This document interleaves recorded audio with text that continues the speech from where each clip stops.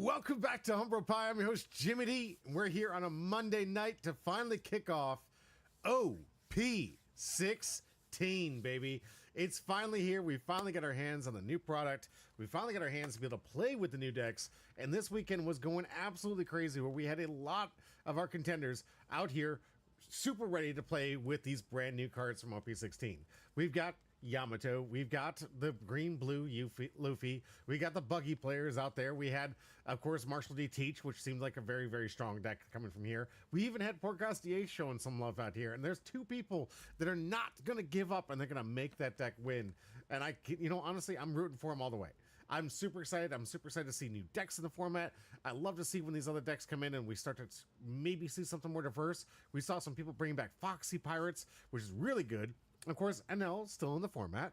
And of course, we still saw some Monkey D. Luffy red-green from the Turtle deck that did its last performance in this last big tournament, and hurrah, getting first place. Those decks are still around. The decks from the last season will still be fighting for their rights to remain in this meta.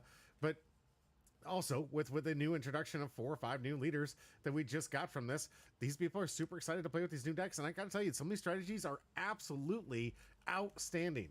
I love seeing the way that these decks play. Some of them just combo-oriented, going at it ham. You got other things that are control-based. You got Enel, which is just trying to do what every deck is trying to do right now. And you have so many other decks that are just trying to make it work.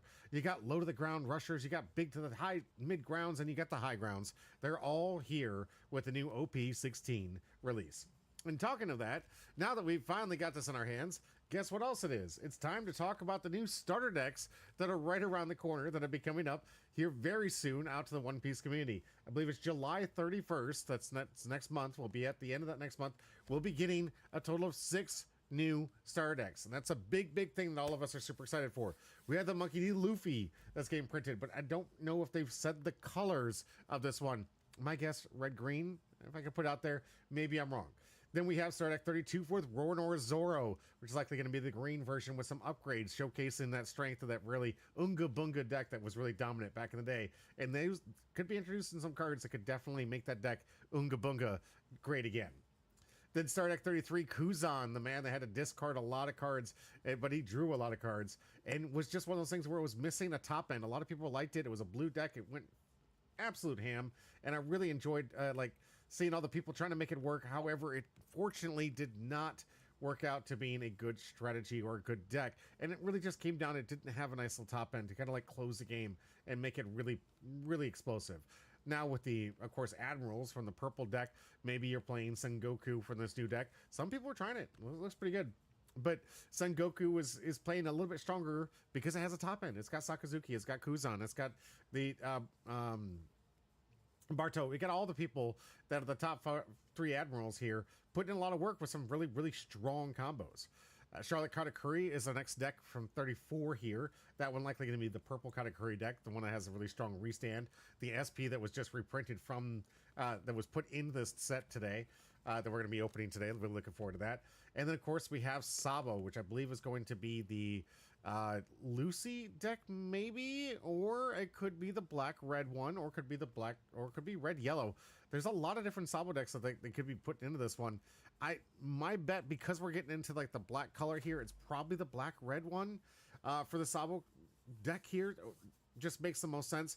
And of course, Eustace Kid, which is looking like it's a yellow deck, which we have already. We have a Eustace Kid yellow deck that was doing pretty well with some direct damage and direct combos. And of course, we have some cards to release and talk about from these new star decks that are super excited to see how these are going to shake up the meta here, because they're less than, what, a month away here. We've got a month and a half.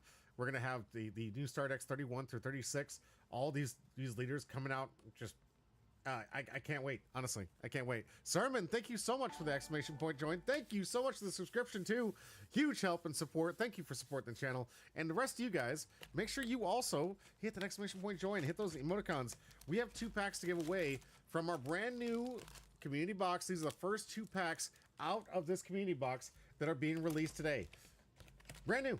Absolutely, guys. This is completely fresh. Of course, the packages is off it because, for those who don't know, we at Lifelink Games have been doing our best to try to counter all the product or all the scalping that's been going on within the One Piece community. To do so, we saw all the boxes with the lid off. So when I got to get my 1 box for this set, of course, I invested in you guys first, so I got myself this box. I was able to get another box later on a different date. Got super lucky I was there at Lifelink Games to be able to pick that one up. So don't worry about me. I've got my 2 boxes for the season. Super excited that I was able to open up what I could. Got some great hits. Most of the stuff I want to trade for. Hope you guys at home got some good stuff that you like. And hopefully you'll get something good tonight if you hit that exclamation point join to get yourself in the running for this. All right. So we've got 3 matches today that we're going to be covering. Some decent ones with some really good epic gameplay. A lot of new leaders here. Really super excited. But before we get into the gameplay, we're going to go over some card reveals. We're going to talk about some of the stuff that they're releasing, and it is the season for us to be talking about these new starter deck cards. So everyone's looking at, trying to see what's coming out, what's happening, and guess what? We're going to find out right now. What are the new card releases for these new starter decks that we just talked about? All right, starting off here, we've got Kinemon for green deck here. This one likely for the Lanawano and Akazai 9 here. Interesting. This one is a counter 1000 on play. You may rest one of your slash attribute leaders or Dawn cards, draw 2 cards, and trash 1 card from your hand. All right. Slash attribute leaders. So this is just your Zoro card, another Zoro card. Really neat card here. I was really wondering what was going to go in here. Was it going to put the straw hats or something when he was kind of like sailing with the straw hats, and how this is going to fit? But it's a good combo piece. You may rest one of your slash attribute leaders or Dawn cards, draw 2 cards, and trash 1 card. So if it's the first turn, you're just basically fixing your hand with another searcher. And honestly, a lot of decks have been switching over to these draw engines versus the actual look at the top 5 cards. And for some people, they like it. I mean, there are cards that unfortunately the searchers can't get. So oftentimes you have to end up bottom decking those, which never feels really good, especially if it's a card you wanted to get your curve. So drawing 2 cards and trashing 1, not a bad replacement. And honestly, these 2K bodies are becoming ever more prevalent and necessary in today's meta. If you guys have been watching, a lot of the decks that people are playing today, a lot of 2K bodies. Obviously, you got the ones from Manel, but now we have things like the Goofy deck. That's the Monkey D. Luffy green blue deck. You've got a lot of these other decks that are playing these like small little to the ground cards. You're going to need these bodies to start swinging and trying to put some pressure to make sure that these low to the ground decks don't just overwhelm you with just hundreds and hundreds of these little low to the ground attackers. Next, we have Jimbei, 5 cost, 6,000 power, Fishman, counter 1,000 blocker. After your opponent declares an attack, you may rest this card to make it the new target of an attack. Obviously, that's how blockers work. On play, draw a card. Then play up to 1 Straw Hat type card with the cost of 1 from your hand. Interesting. This is a new Straw Hat card from here. Blocker for 5 costs, not bad. Good stats with the 6K body. I do like the counter. I mean, there are some stuff. This is gonna be like Starter Deck Luffy again, the one that needs the rest of Dawn. This could be a great way for you to get out the Nami that likes to add the rest of Dawn, or other little 1 costs allowed to add the rest of Dawn to your leader once to make sure the leader's active and ready to go. So not too terrible. I wouldn't say it's like the most game-breaking card, but it is a nice card. Hazelnuts, good to see you. Welcome back. Kobe, blue character, Star Deck 33, 2 cost Navy, counter 1,000. On play, you may trash 1 card from your hand, draw a card. Oh, that's always good. Get a little filtering. That'll trigger the Kuzan ability, of course, by trashing a card. So you get to basically draw 2 here and get a blocker on it. That's pretty good. It's pretty good. Charlotte Brule for the Charlotte Katakuri deck here. Counter 2,000 on play. Look at the top 3 cards of your deck. Reveal it to 1 Big Mom Pirates type card and add it to your hand. Then place the rest of the bottom of your deck in your order. So here's your basic searcher for the new Katakuri deck. Good to get them another searcher. Then we have Cavendish, yellow 3 cost here. Dressrosa Supernova, beautiful pirates. Counter 2,000 on KO. You may trash 1 card from your hand. Add it to 1 card from the top of your deck to the top of your life cards. What? On KO? 3K power. Curly, good to see ya. Yeah, this is an interesting one, guys. This is an interesting one. You can trash one card from your hand. So now we have a 3-cost, no trigger, but a small body that people are probably... I mean, does require some Dawn investment. But if they kill it, you get to get a gain of life. It's another one of these cards that you don't really want to remove, you know? I'm so excited for the stage coming up for the Red Luffy. Yes, we're about to get to it and showcase it. Same, Curly. This is an interesting card. I mean, it's not terrible stats. You got 3K, so of course you're going to have to... Put the 2K counter is really nice, but you got to put some Dawn to invest on attack.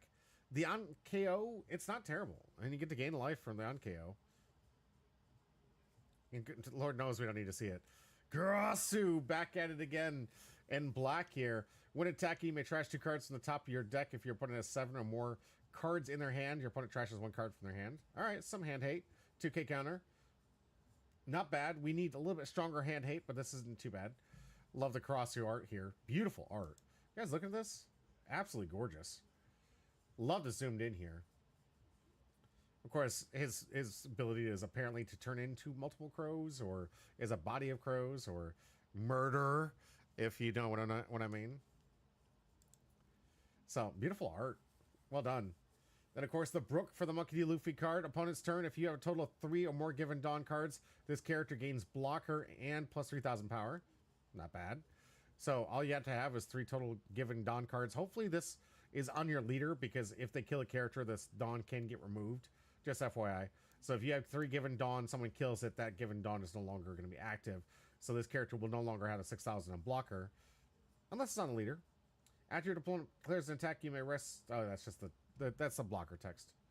So, not bad. Curly, I could see that Brook being a good in Rayleigh. I wish Rayleigh was still good. I really wish. And Curly, koala support for the Karasu. I mean, it's got a 2K. I don't know. Honestly, I'd ask Hazelnuts to see, is she hurting for certain 2Ks? Because this isn't terrible to... I mean, it is a win attacking, so as long as it's still on the board, you're going to be able to trash 2 cards on top of your deck, which is always good to get some good fodder in your yard. And getting a constant incursion to trash 1 from your opponent's hand, that's not terrible. I mean, it definitely puts your opponent in a weird situation, because they always have to try to keep them hands at 7 or less. Or, I'm sorry, 6 or less. It's not terrible. I don't know if it's worth the investment, but I definitely like this concept here, because this isn't just a once on play. This is when it's attacking. So I do like it. I'd love to hear Hazelnuts' opinion in there. Like, when this constant incursion of this, I mean, it is a Dawn investment, which is usually the biggest deterrent for most people when playing these things. Like, I would love this in Bello Betty. That would be amazing, if you ask me. But of course, Bello Betty's the red yellow. And Brook, this isn't bad. This isn't bad for the Luffy deck. It isn't bad for Rayleigh. I just wish Rayleigh wasn't so kind of pushed out of the meta at this moment. And speaking of Rayleigh here, green characters start at 32, so this one's going to be for the Zoro deck. If your leader has a slash attribute, this character gains rush character. Okay, so it can attack characters as the turn it comes into play. On play, rest up to 2 your opponent's characters that cost 2 or less. All right. I mean, this is a great card for this format, and this isn't leader locked. I mean, if your leader, you get rush, you only get rush character if it's a slash leader, but this isn't that leader locked. If you really think about it. Not to mention the on play is actually really strong. Again, we're talking about all these cards. You guys are going to see some deck lists when we get in the actual matches. There's a lot of weenies in play today. A lot of people from the Goofy deck, a lot of people from the Enel deck, even some stuff from the Yamato deck, and definitely a lot from the Blackbeard deck. There's a lot of the low to the ground characters that are really trying to push these 2K characters that require some kind of investment to get in the swings in. And you're gonna want characters that like this that can like rest them and just try to get rid of these little weenie threats. Yeah, and Goofy, watch out for this one 100%. This is going to be a definite answer for the Goofy players. Carly, you're absolutely right. And Smoker, Navy, counter 2,000. On play, you may trash 1 card from your hand. Place 2 cards to your opponent's characters at the cost of 2 or less in the bottom of your owner's deck. What? Whoa, whoa, whoa, whoa, whoa, whoa, whoa, whoa, whoa, whoa. On play, trash 1 card from your hand. So if this isn't Kuzan, that's a net negative. That's a net even. Place up to 2 of your opponent's characters that cost 2 or less in the bottom of your owner's deck. 2K counter? This is gross. Hazel, I'm sorry, Curly, this is gross. Hazel has talked about this. It's an okay card using as Ginny or more Perona for the 2Ks. Okay, that makes more sense. So Hazelnut's talking about the 2Ks for the koala support here. But Curly says, Goofy, definitely watch out. Yeah, right? There's a lot of cards hating on Goofy right now. This is disgusting. Brittany, good to see you. I might be decent, but I think it's better 2Ks for it. Yeah, I think the 2Ks are better. This is all about the Karasu, guys. Like, I don't think that this one's going to be pushed as hard. I like using Jenny, Morley, and Perona because those cards for the 2Ks just have more of effect in that deck. So it makes sense. It does make sense. I see what you guys are coming from. It's a decent, repeatable offense. Makes it a target. I always like that. Variable, good to see it. Your match is going to be up first here. I can't wait to show it on camera here. But good to see you. But yeah, Goofy's getting dunked on. Does anyone feel like Goofy's getting kind of like dunked on right now? This is a 2-cost. Return them. Get them back. Now, obviously, you don't want to return some searchers. But some of these cards, it's kind of like really mean. Play through.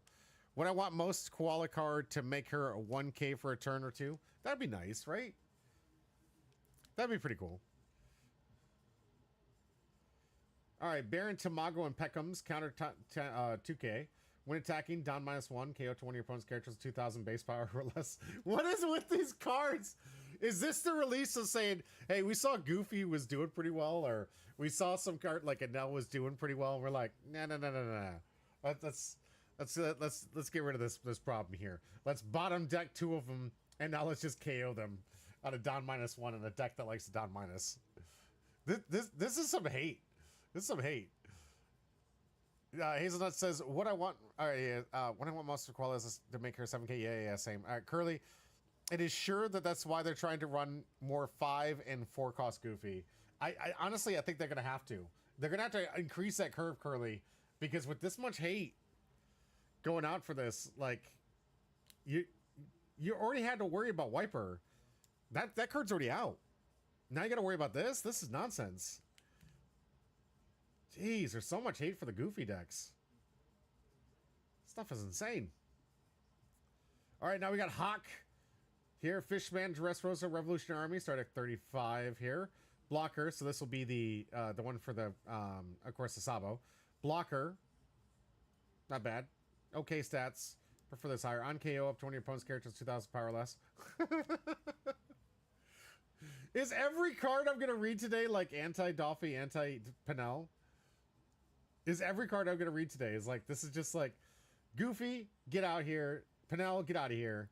Here's some cards for it. This is insane. All right, now the stage card that we're talking about. Thousand Sunny, start at 31 for Straw Hat Crew. Look at the top 5 cards of your deck, reveal up to one of the Straw Hat type crew cards, add it to your hand, then place the rest of the bottom order, deck in any order. Then you can activate main rest of stage, get up to one of your Monkey D. Luffy cards, up to 1 Rested Dawn. Yeah, it's great. It's easy. This is even better because you're sadly they can go after your Nami and rest it and get rid of it. This is an unremovable object essentially because there's very few answers to stages. Curly says the meta must heal, and L was too much. Yeah, honestly, you're right. You're probably right. You're absolutely right, Curly. The meta was kind of getting a little ridiculous with how Penel was kind of running the things, and now the way that they kind of finagled their meta. This is a good way to kind of answer to all these out of control deck strategies. So yeah, I agree with you. They're answering it with a lot of these answers to like giving you cards that just say, no, get rid of it, especially the value ones. The Smoker by far is the most scary one. All right, and Sanji here from the magazine. Dawn times 2. This character gains Rush. Makes sense. On play, but that's a lot here. You're investing 5.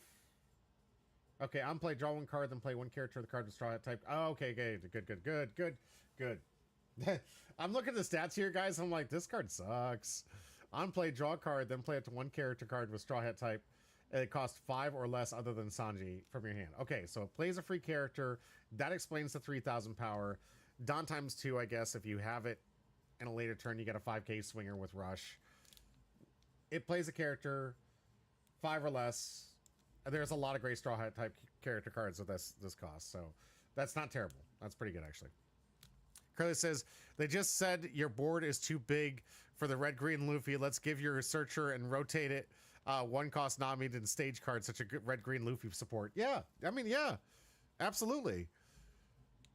Curly, you're 100% right. I mean, it makes life a lot easier when you have that ability to have something that can't be removed and be able to like constantly help the red deck, or the Monkey D. Luffy deck. And that Sanji would be so good in Rayleigh, but they made it cost 5. Thanks, Bondi. Oh, you're 100% right. Yeah. Oh my gosh. Of course. I don't know if they're really going to pay attention to Rayleigh, Curly. I honestly, I'm not going to give up on the deck. I'm still trying to foil it out, believe it or not. I've gotten pretty close to foiling the deck out, even though I know it's completely unplayable. But I don't know if they're going to give any more support. These Rayleigh events that they give don't seem to really do that much. The events that Pinel got were so much better. I think if they did something similar with the zero cost, like they did for Pinel, where Rayleigh had all these abilities with his hockey to do different things and just counter and search. You know what I mean? Like how these things will rest your character, KO this character, freeze this character. If they gave the same kind of zero cost stuff that Enel had, and it's replaceable just like Enel, yeah, I think they'd be doing pretty well. You could just Luffy into Sanji into Sanji. Yeah, that's true, actually. Carly says, I've given up on it, and I wish we could get decent support. Honestly, the deck is getting old. We're just going to have to look for the next Roger Pirates or Rayleigh deck that's going to come out. That's the truth of the matter. There's a lot of people that were trying to make Queen work for the longest time back in the day. If you guys were playing long enough, blue, yellow, way before Nami became the dominant force that it is in this format, there used to be this blue-yellow Queen deck that was really just blue-yellow good stuff. The deck was super fun. A lot of people tried to push it. It just never got enough support to make it work. I was a Tony Chopper fan. Never got the cards I was looking for, the top end, that monster point to really make Tony Chopper go over the edge with everybody else. It comes down to it. We're going to have to wait and just be patient, and eventually we'll just have to get another deck. Gabon, here we come. Yeah, Scopper Gabon will definitely be the next one to come out. All right, another character, Star Deck 32. Yes, this was for Zoro. On play, draw one card up to one of your opponent's characters with an original cost of 6 or less. Cannot be rested until the opponent's next end phase. Those are great. I love cards like this. I love cards like this. Can't be rested. That means you can't use blocker. Can't attack with it. It's essentially a freeze that can't be countered. It's super good. You on play, you replace this card immediately, and you get to a 6 or less card. Can't be rested next turn. So you stop a blocker, you stop an attacker. That's super good. And especially given today's format, A&L, I don't care if you can't be removed. You can't attack. Original cost here. Original cost. Great answer to the NL deck. This would be a great addition to any kind of green deck, in my opinion. Oh, here we go. Borsellino, Navy 2000. If a card from your hand has been trashed through the effect of during this turn, give this character your cost -3, so it's a 3 cost 6k power. Blocker, nice. That's super good. This deck only does this as discard. That's a super good card for Kuzan. It's still mid-tier, because we don't have Kuzan top end. Hopefully they'll get there, but that's still mid-tier. Charlotte Katakuri Purple, SR 5 cost. Your turn, once per turn, when a Dawn card from your field is returned to your Dawn deck, if your leader has the Big Mom Pirates type, add up to 2 Dawn cards from your Dawn deck and rest them. All right. And play up to 1 character with 8,000 power or less from your hand. That's not bad. On KO, you get to play 8,000 or less. It's not static 8k, so that's really good. It's even stronger than this one, which really makes sense, because there is the 8 cost restand Katakuri. So you just get to play that version of the Katakuri. Yeah, this just a recycler. Early game, make sure you're never losing any Dawn on the recycles for purple. And target you don't want to get rid of. Super good. Bartholomew Kuma's character gains +3 cost. On play, give up to one of your rested Dawn to one of your leaders. Then play up to 1 revolutionary type army character with the cost 4, with the power 4,000 power or less from your hand or trash. Oh, wow. Oh, come on. This is pretty gross. Tell me, Hazelnuts, you're not looking forward to this card. Come on, this looks good. Tell me this doesn't feel good to you. There's so many good cards you can play out for free for this. I know it is only 4,000 power, and it's really making me feel like that Karasu might have some more work. But Curly says, I'm hoping Kuzan gets a leader lock card that lets you activate the ability of a card you trash. Actually, that would be pretty cool, Curly. That honestly, that is what the deck's been missing. The Kuzan deck is missing some massive power. Something that really makes it like distinctful, and something that just doesn't do, or does something that the rest of the metal doesn't do. And that would be actually pretty cool. Activating the, like, if you discard a card, you get the effect of the card that you discarded. I don't think we've seen anything like that before. That'd be pretty cool. All right, we're getting down to the last couple cards here. Killer, your turn on play. If your leader has the Kid Pirates type, you may add up to one card from the top of your deck to the top of your life cards. All right, so good healer. On play, your turn, you heal. Trigger, your opponent has 3 less life, play this card. Okay, so basically what this is doing is it's saying you can trigger this for a body if you want to. You can trigger it if your opponent has 3 less life, but if you want the heal effect, you've got to do it on your turn. So you have to hard cast this. You don't have, notice you don't have to discard to do it either. If you have the kid, it is leader locked, but if you have the Kid Pirates, you just heal. Heal 1. Interesting. Kelly says 7-cost blue Sabo is the closest thing we have right now. Yeah, right? And that one's definitely leader locked. I don't know what's going on with this thing. Yeah. I had to fix that later.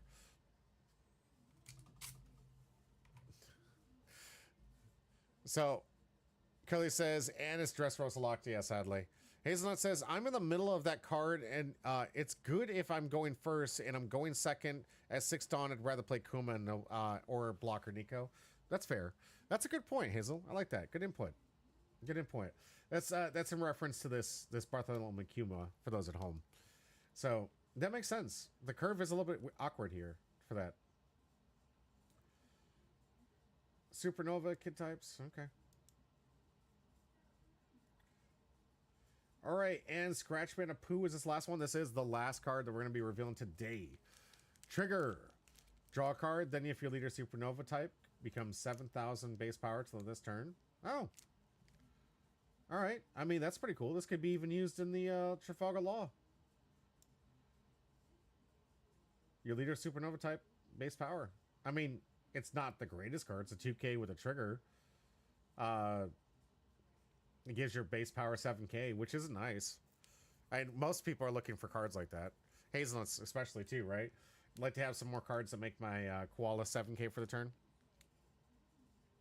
So this is like the basic like Usopp trigger for a Supernova type. Interesting. Interesting. And there you go. Those are the releases of the newest cards released by Bandai for all the star decks. Remember, July 31st, that's a month and a half away. We're going to have our look at these new star decks, and these things are going to be hopefully changing the meta for some interesting new ways here. We got the Sabo that's clearly looking like it's going to be red-black.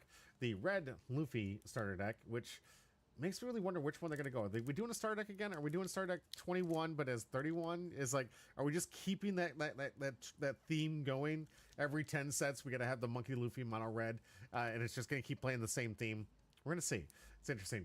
But of course, we have the new, what was it? Let me pull this up here just to make sure I don't misspeak on exactly what is coming up here.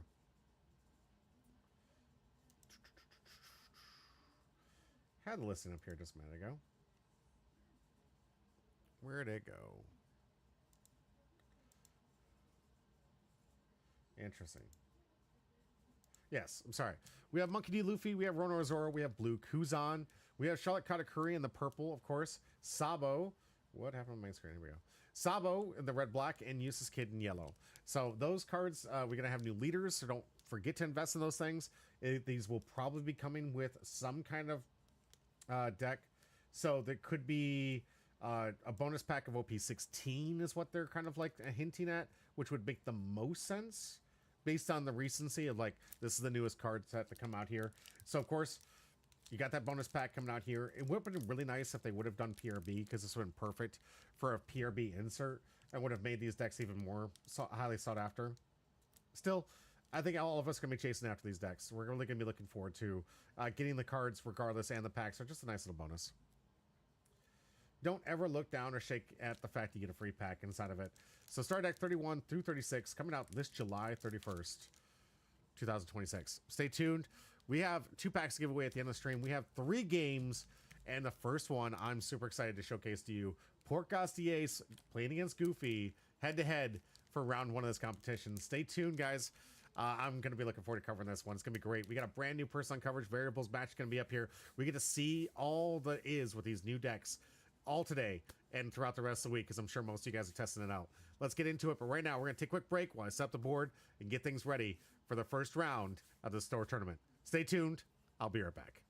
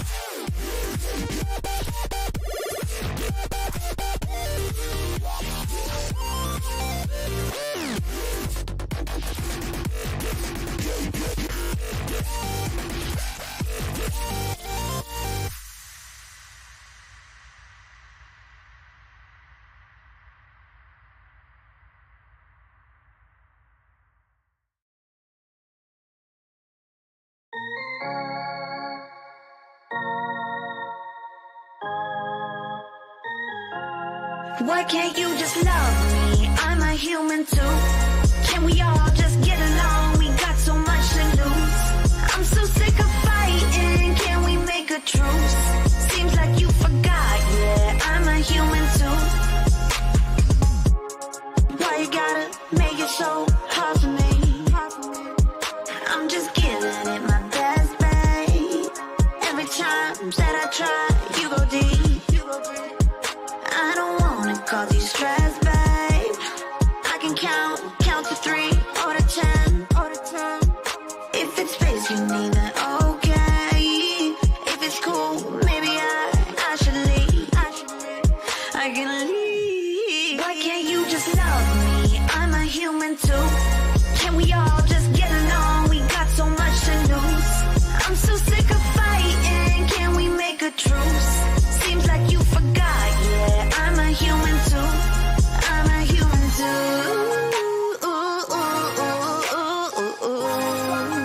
Hey, I'm a human too.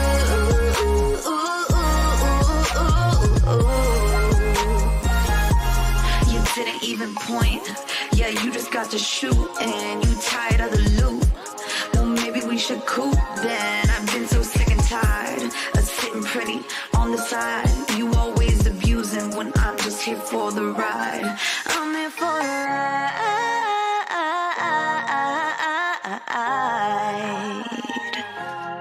Why can't you just love me? I'm a human too.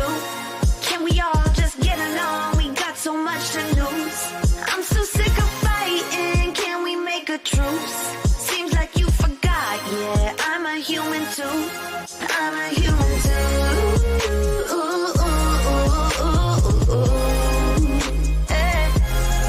I'm a human too.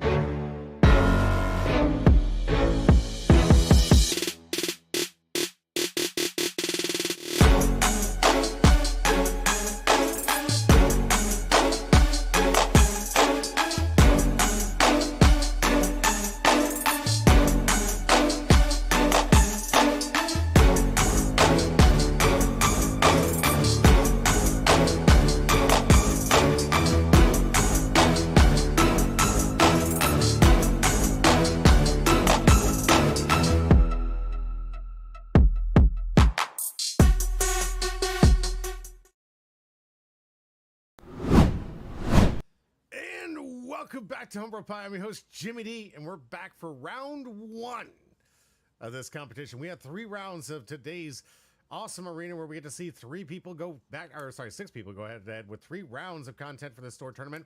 All these people playing for some massive points and a massive box to give away at the end of the season. We have these mats, amazing prizes and cards for everyone who's in participation. A lot of people are going to be out there just trying to get their luck to get one of the extra packs and some of the extra boosters out there, because I know we're all trying to get some of these new packs out here. Papa Squizzard, thinking about you, bud. Thank you so much for the exclamation point join, and thank you for reminding everybody else to do the same thing, because if you're out there on YouTube, like Kenneth out there, thank you very much. If you're out there on YouTube or on Twitch, you get your chance to get one of these 2 free packs. And this is a brand new, fresh box. All hits go to you guys. That means if we get a manga in this box, one of you is bound to win it if it's in here. That's what I love about it. Every single hit, if it's a 3-hit box, they're all going to you guys. We have SPs available. There's a bunch of extra money in here. Lots of great cards to get from here. And this great preset leading up to the Star Deck, the course of Star Decks that are coming out on July 31st. And we have, of course, the new anniversary set with OP17 just a couple months away. So stay tuned for that. It's going to be great. Papa Squizzer says, yes, using the emote. Thank you so much. Exclamation point join. Thank you so much for that. Variable, thank you very much for that as well. And speaking of Variable, we got your deck list out here. We're going to try and go over this virtually pretty quick, but I know this is a brand new season, guys, so bear with me. I want to start showcasing a lot of the new cards here for a lot of those people. So if you're one of those people that really doesn't on your YouTube and you hate listening to people's deck list, skip ahead. You'll see it. You'll see the live action. You're going to see the game. That'll be there where you want to. I try to make these things short for you at home. I get it. You guys don't want to care because most of the decks are the same. We got brand new cards and stuff to talk about. Things that people need to see and know what they do and what's happening. So we're going to go over these decks almost card for card, explain why they're in the deck and what's happening and where they came from. Let's check out this new matchup we have between Goofy and Porcos the Ace Red. All right, starting off with Monkey D. Luffy. This one, if you guys would have tuned in this weekend, you'd have seen me play against Wolf's version of this actually limited deck that he was able to put together from his box tournament with this. Activate main once per turn. If the only characters on your field are impel down type characters, set to 2 of your Dawn cards as active. Pretty simple, right? You got a 4 life leader, get 2 free Dawn. You just have to make a deck around impel down cards. What's wrong about that? I don't know. You got a Monkey D. Luffy that's a searcher, and for 1 times Dawn, you can basically get this thing pumped up to 6k power if every single character in your front line is different named. You've got Mr. 1 Dawes Bones from the prisoner here. Dawn times 1. If your turn, if you have 5 or more cards in your hand, this character gains plus 3,000 power. So it's a 6k with 1 Dawn attached. And of course, on play, it just immediately replaces itself. So nice little 2 costs that instantly replaces itself. Then we have this Bond Clay that also on play instantly replaces itself. And Dawn times 1 when attacking this character gains the base power of your target opponent's leader's power. So this can be 7k, this can be 6k. This is probably the most versatile blue card. I legitimately think that you should probably have this in your deck if you're playing blue anywhere, just because of how open this is. When attacking, this character's base power becomes the same as opponent's leader's power. So if you're guaranteed 1 Dawn on top of it, you're attacking at least 1 over your opponent's leader with just 1 Dawn attached. And it doesn't matter if they have a 6k or a 7k, or this is the leader's power during this turn. So if they have the card that buffs the leader just by 2k for the turn, guess what? This is getting it. I mean, it's got a lot of, it's very easy to remove, but it's a really strong card here. Lonely, good to see you. And for the subscription, thank you so much. Appreciate that. Good to see you, buddy. You got one of the packs in the weekend that's still going to go out to you very soon, but you should have your last order in soon. At least a couple days, maybe like last week you should have got it. All right, Mr. 3, you may rest this character, give up to 2 of your characters with 6,000 power, up to 2 rested Dawn cards each. Okay, yeah, really good. We'll show where these things go, mostly against the prisoners here. If you rest this character, I mean, it's a really 2k counter that does have some extra versatility and potential. Oh, good, Lonely, you got him. Good. I'm happy to hear that. All right, Mr. 3 Galdino. On play, if your leader has the Impel Down type, rest up to 1 of your opponent's characters that cost 5 or less. Super good. It's a 2 cost that gets rid of a problem of 5 costs or less. That's always good. I love this card right here, especially here, this one. Big shout out to this one.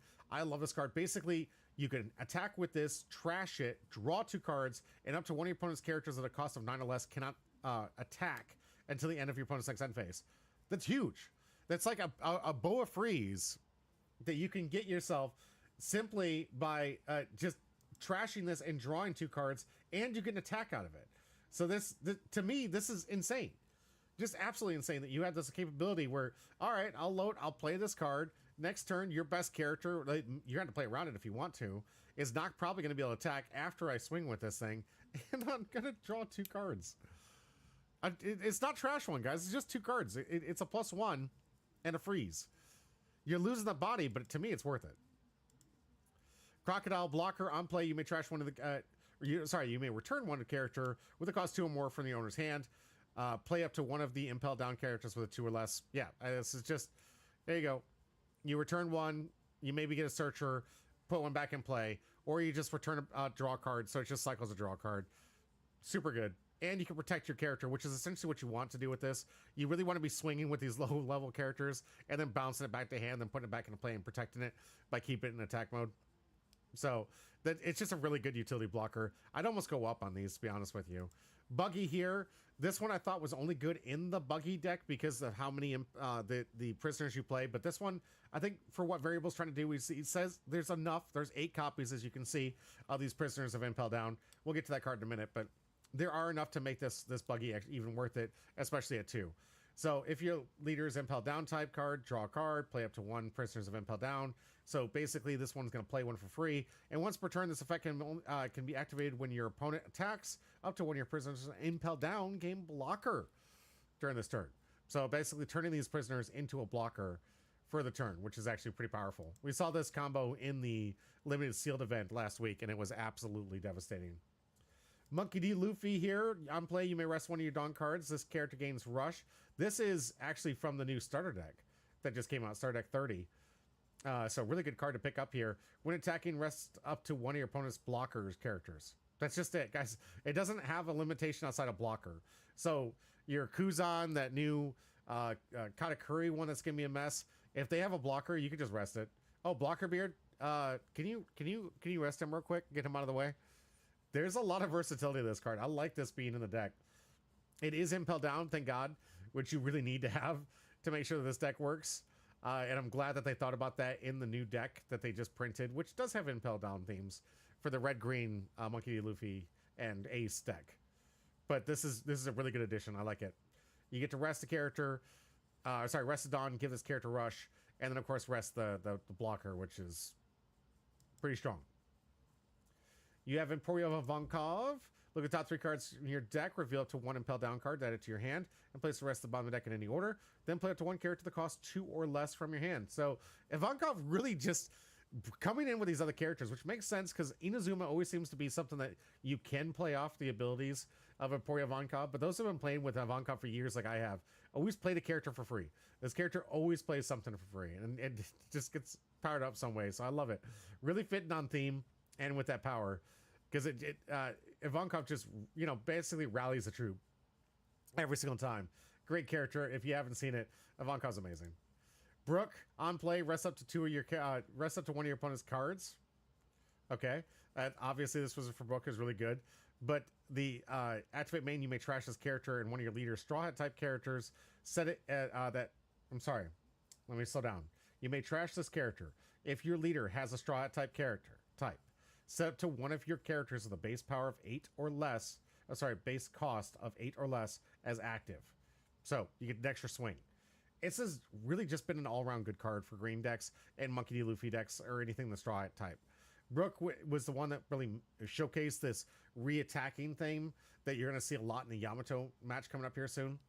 But this is just a really good, versatile card. 1k counter, great. Get an additional swing when your opponent doesn't realize it or isn't expecting it. Super strong. Prisoners of Impel Down, of course, we just talked about it. 8 copies in this version of the deck. But this one is basically a 2k counter with 6k body for 6. Basic stats, however, you can run as many of these as you want.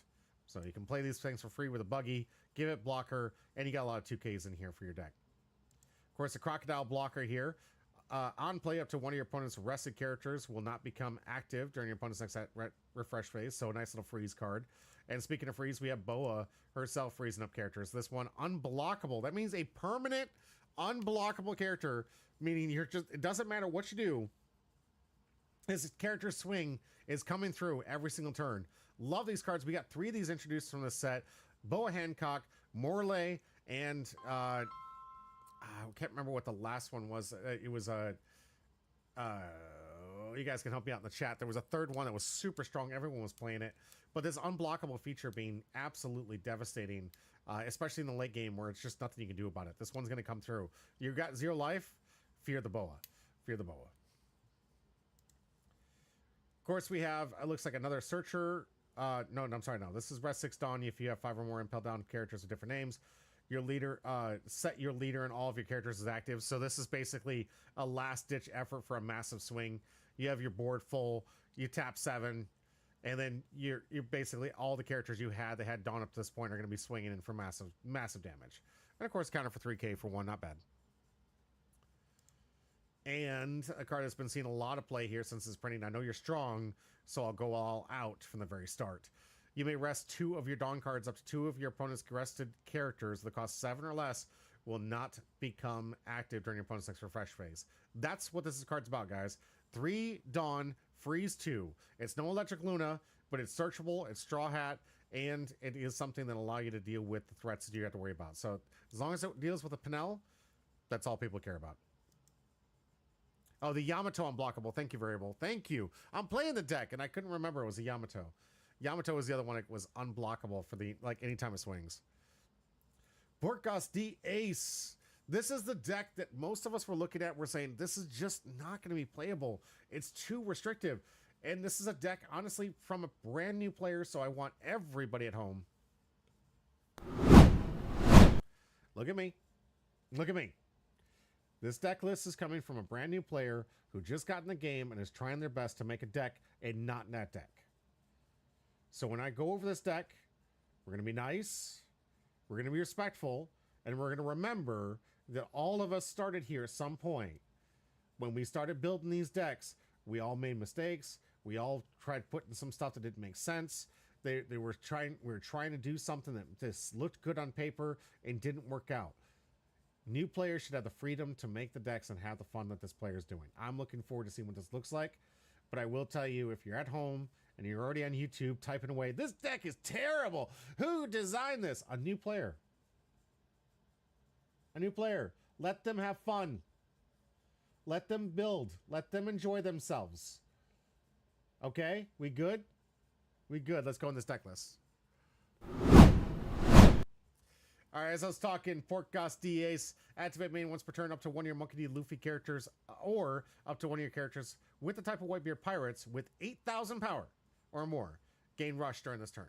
So, you can basically give this to Monkey D. Luffy or one of your characters with 8,000 power and Whitebeard. Rush, not bad. Really good for the top end. Let's see what we got for this deck. Namule here. Starting off with, you may reveal one card of 8,000 power, KO up to one of your opponent's characters with 2,000 power or less. This is a clutch, good card in this format. I love that this person put this ahead of time. It is a 2K counter. I'd almost move this to 4, to be honest with you. But this card is so incredibly good, especially for the on-play that turns off the Dolphy curve. If I see, if right now this player sees 4 of these in the opening turn, like Dolphy doesn't have a chance.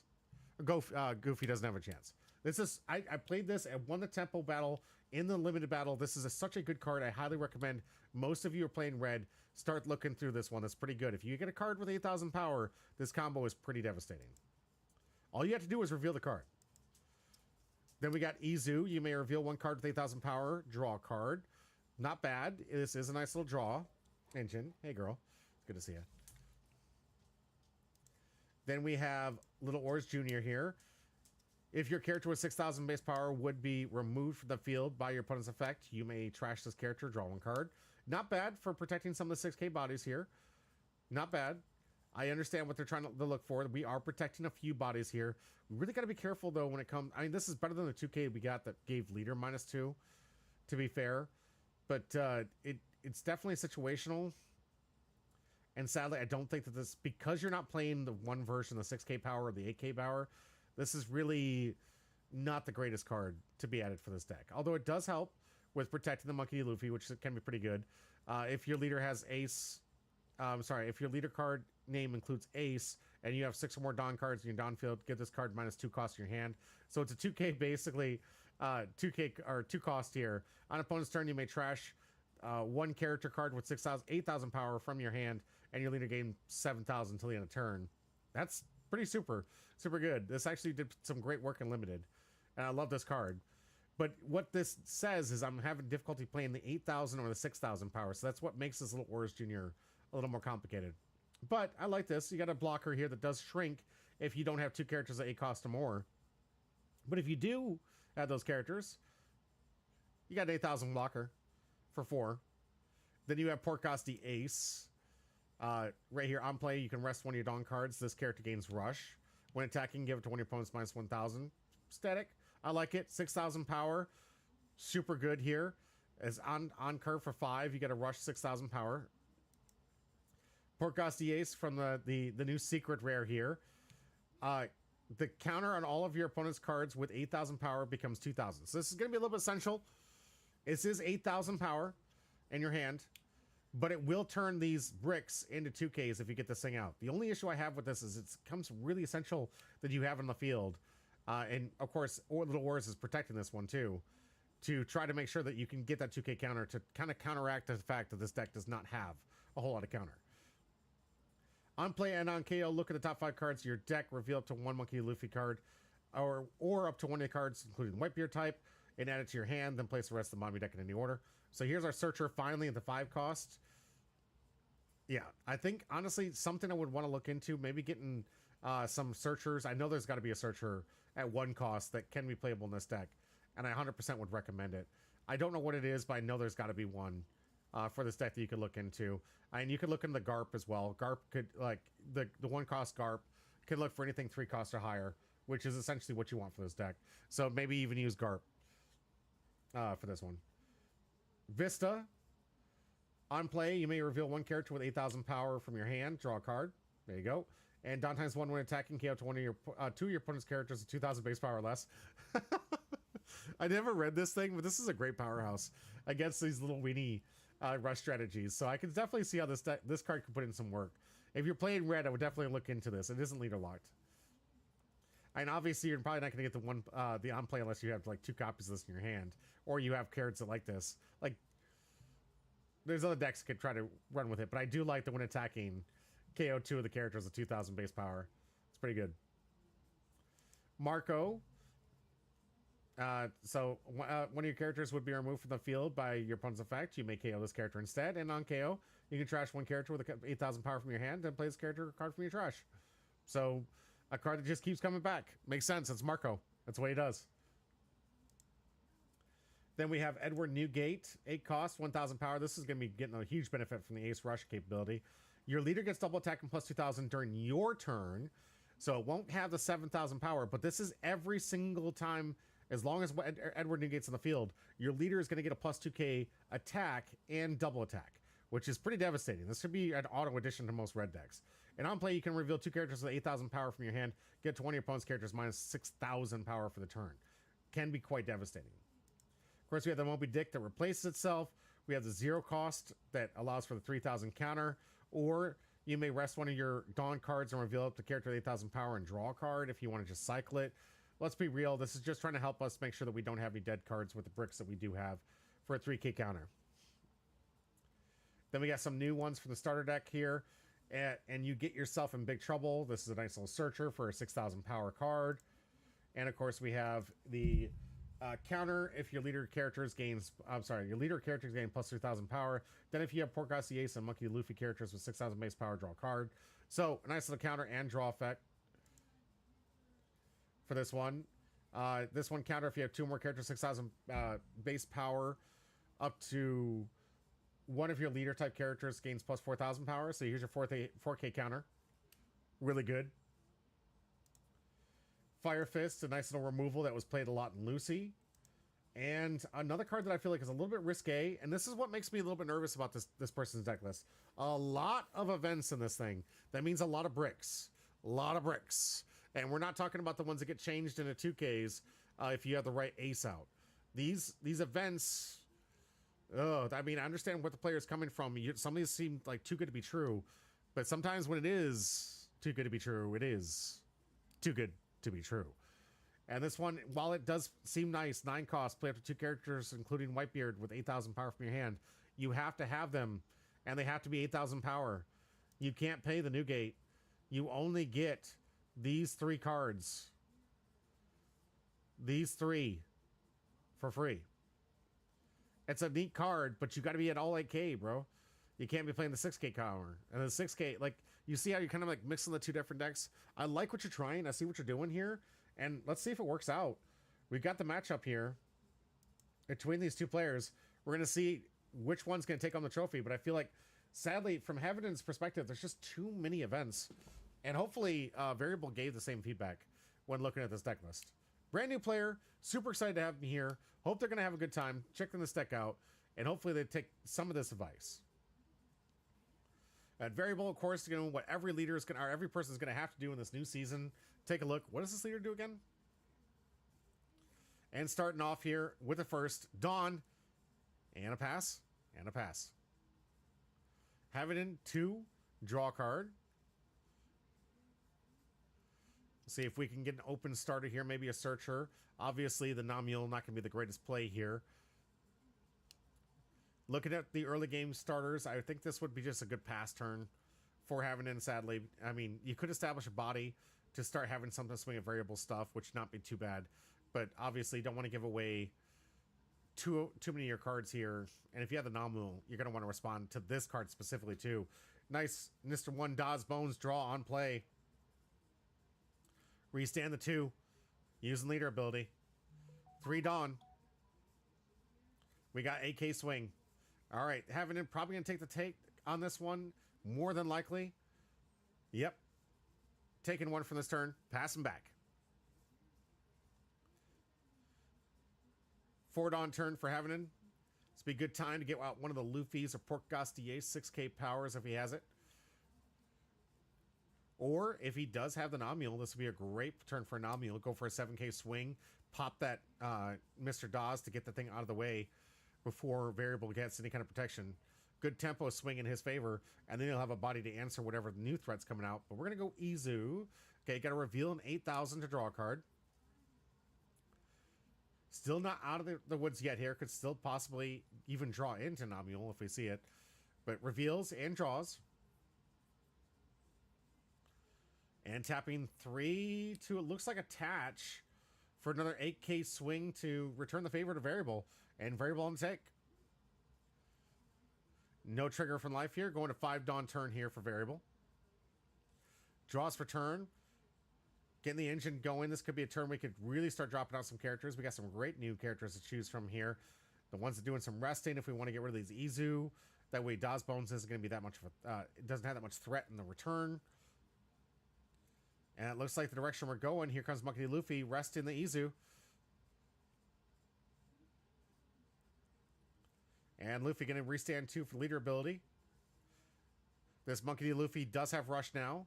And Daz Bones going to be swinging in for 6. Interesting to decide. Well, it only rests blockers, right? So it can't rest the Izu.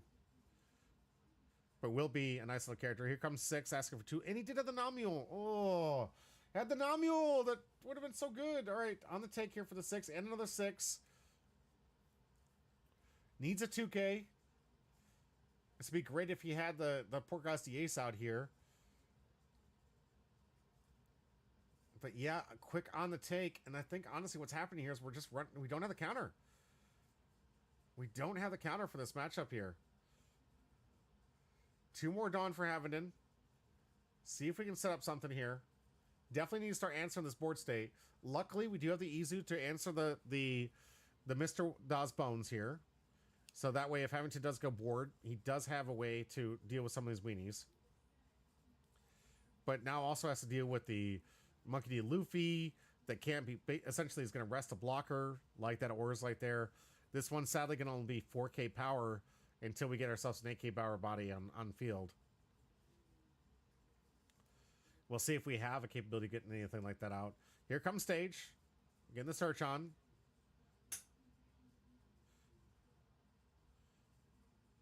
Good to have the stage. Does really well. You can discard this to help to get the 2K counters as well. Really helps out in this matchup. Not near as powerful as the original Moby Dick, that's for sure. It's still a very, very good card.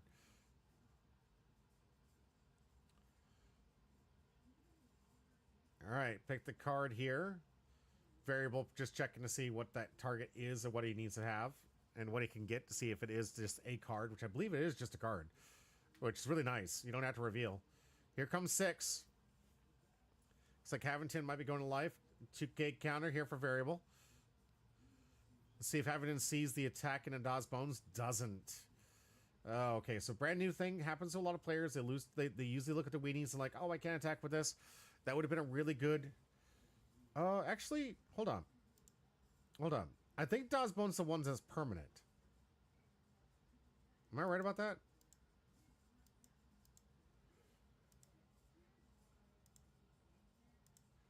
Dawn times 1, your turn. Never mind. Nope. Nope. It's just your turn. Just your turn. There's one that, when attacking here...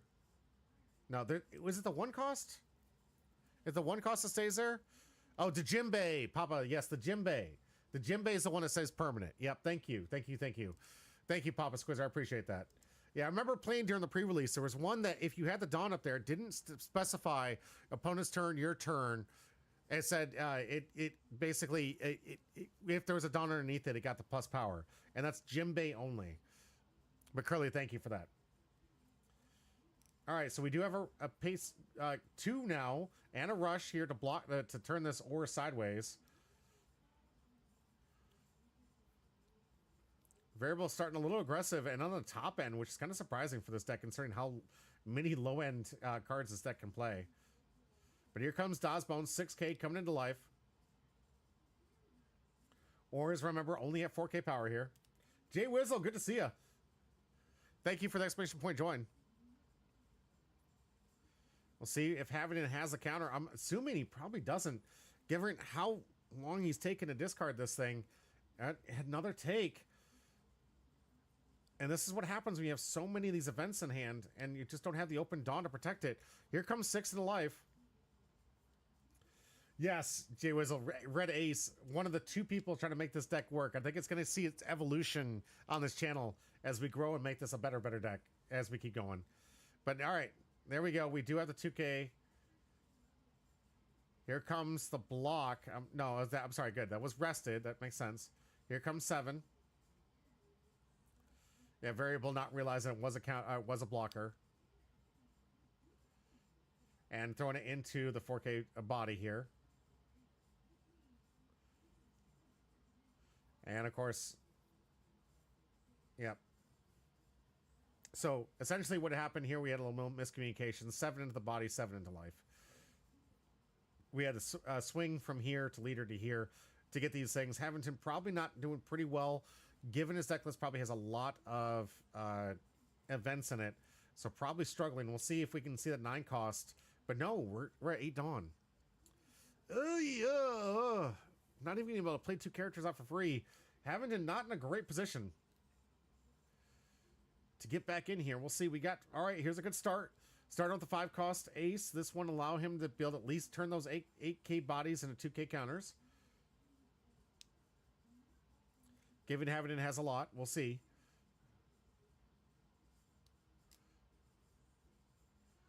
But that is an answer. Hopefully we're going in for some board cleanup. Rush character coming in. Hood Rats, welcome back. Good to see you. Thanks for the exclamation point join. Getting towards the tail end of this one.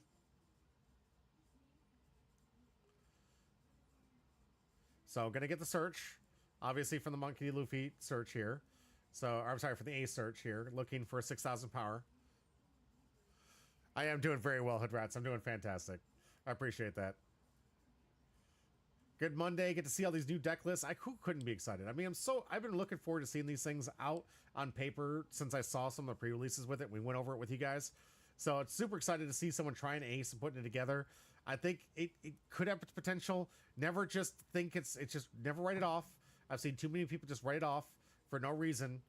And there isn't, like, someone comes up with a deck list. It's just absolutely devastating. Here we go. 8K coming into body here. Variable on the take. Still has leader attack, and hopefully having to remember is he can use this easy to attack into the Dawes Bones to at least pressure it. There we go. Now he remembers. Having it into the Dawes Bones. We'll see if it gets protected. He's pulling it up. There it is. Mr. 3 Galdino blocking, protecting this one. Imagine Havington will probably have to use his last attack into Dawes Bones to try to prevent some kind of swings here. Given variable has kind of locked up his ability to pull out any kind of blocker here. Namule, gonna be an answer though. Reveal the 8K, pop that thing. And now we got an attack into life. Yeah, this is something I really wish we would have seen in the earlier part of the game here. Because we did see Havington have it in hand. If he would have responded in the turn where he played the Izu instead to just pop this Dawes Bones, could have saved himself 2 attacks to the face there. But swinging with life, yeah, this is the leader to leader counter there from variable. And back to his turn. We'll see if he has a nice little rusher. Havington, no blockers, no life. Decent hand, but as we've seen his deck list, a lot of events. So we're seeing, is variable going to be able to close this out? Or are we going to see a miracle and Havington come back and just sweep the board with the current board state? Let's find out. Starting off his turn, he has 2 6K attackers that can both rest blockers on swing, but nothing to rest from Havington side. Plenty of Dawn here. Only needs one of these attacks to land. Here comes 7K into life. Testing the waters, trying to get the cards out of hand. He does have the Porcasti Ace to turn those 8Ks into 2Ks. So we'll see, is Havington have the capability to double 2K counter out of this attack here. 2K, 1K would also be an option. Not many Dawn open here for Havington. A's looking at his hand, asking for some advice. How do I counter out of this thing? It is a brick full hand, sadly. Yeah, this is one of those ones where, oh man, in the right situation.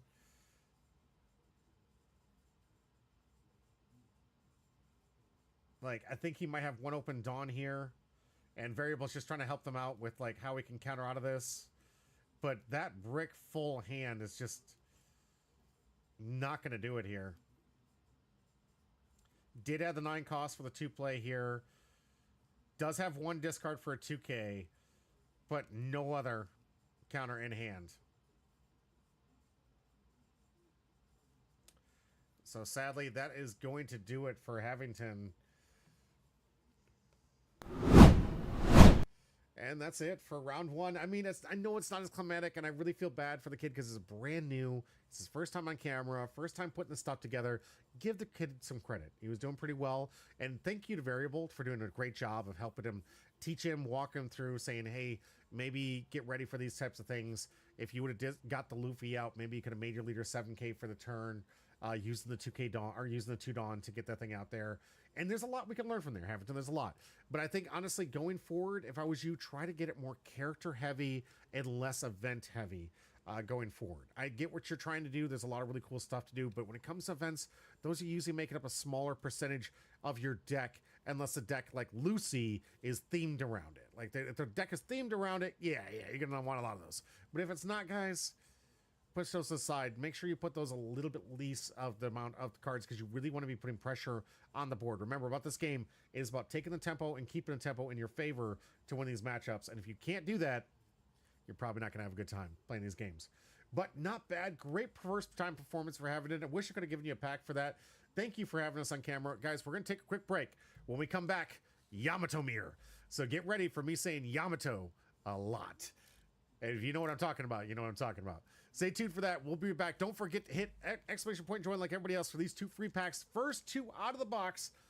3 potential hits out there. Who knows? We got some amazing hits coming your way. Stay tuned. Also, Thatch is a really good addition. Yes, Papa, if you see Havington, make sure he knows adding that Thatch is a huge addition to this deck.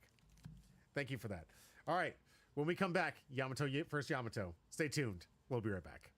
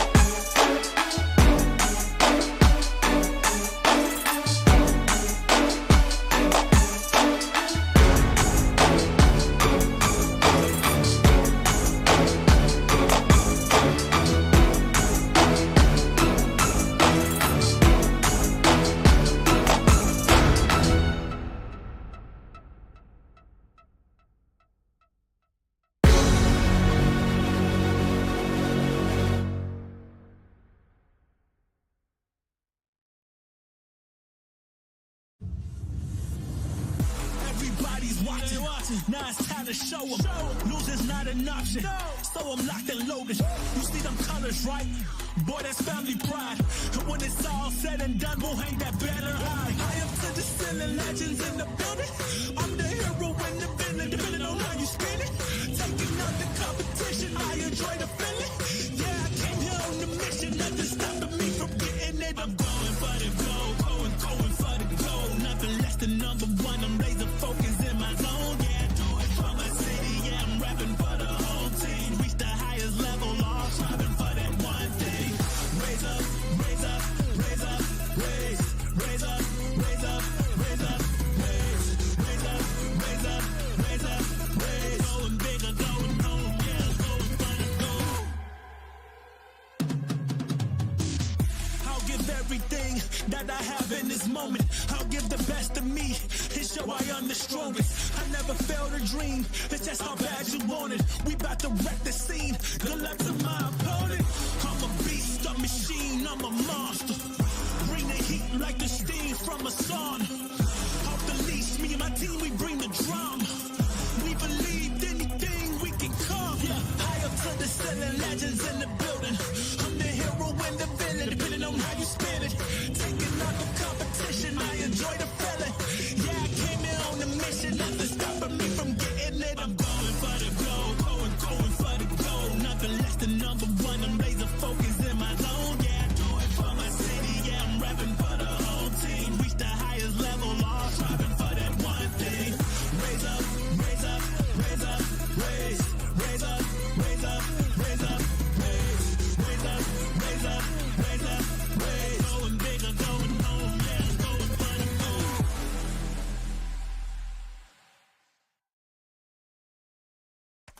Here I go. Talk to him. Talk to him. Talk to him. Talk to him. Talk to him. Talk to him.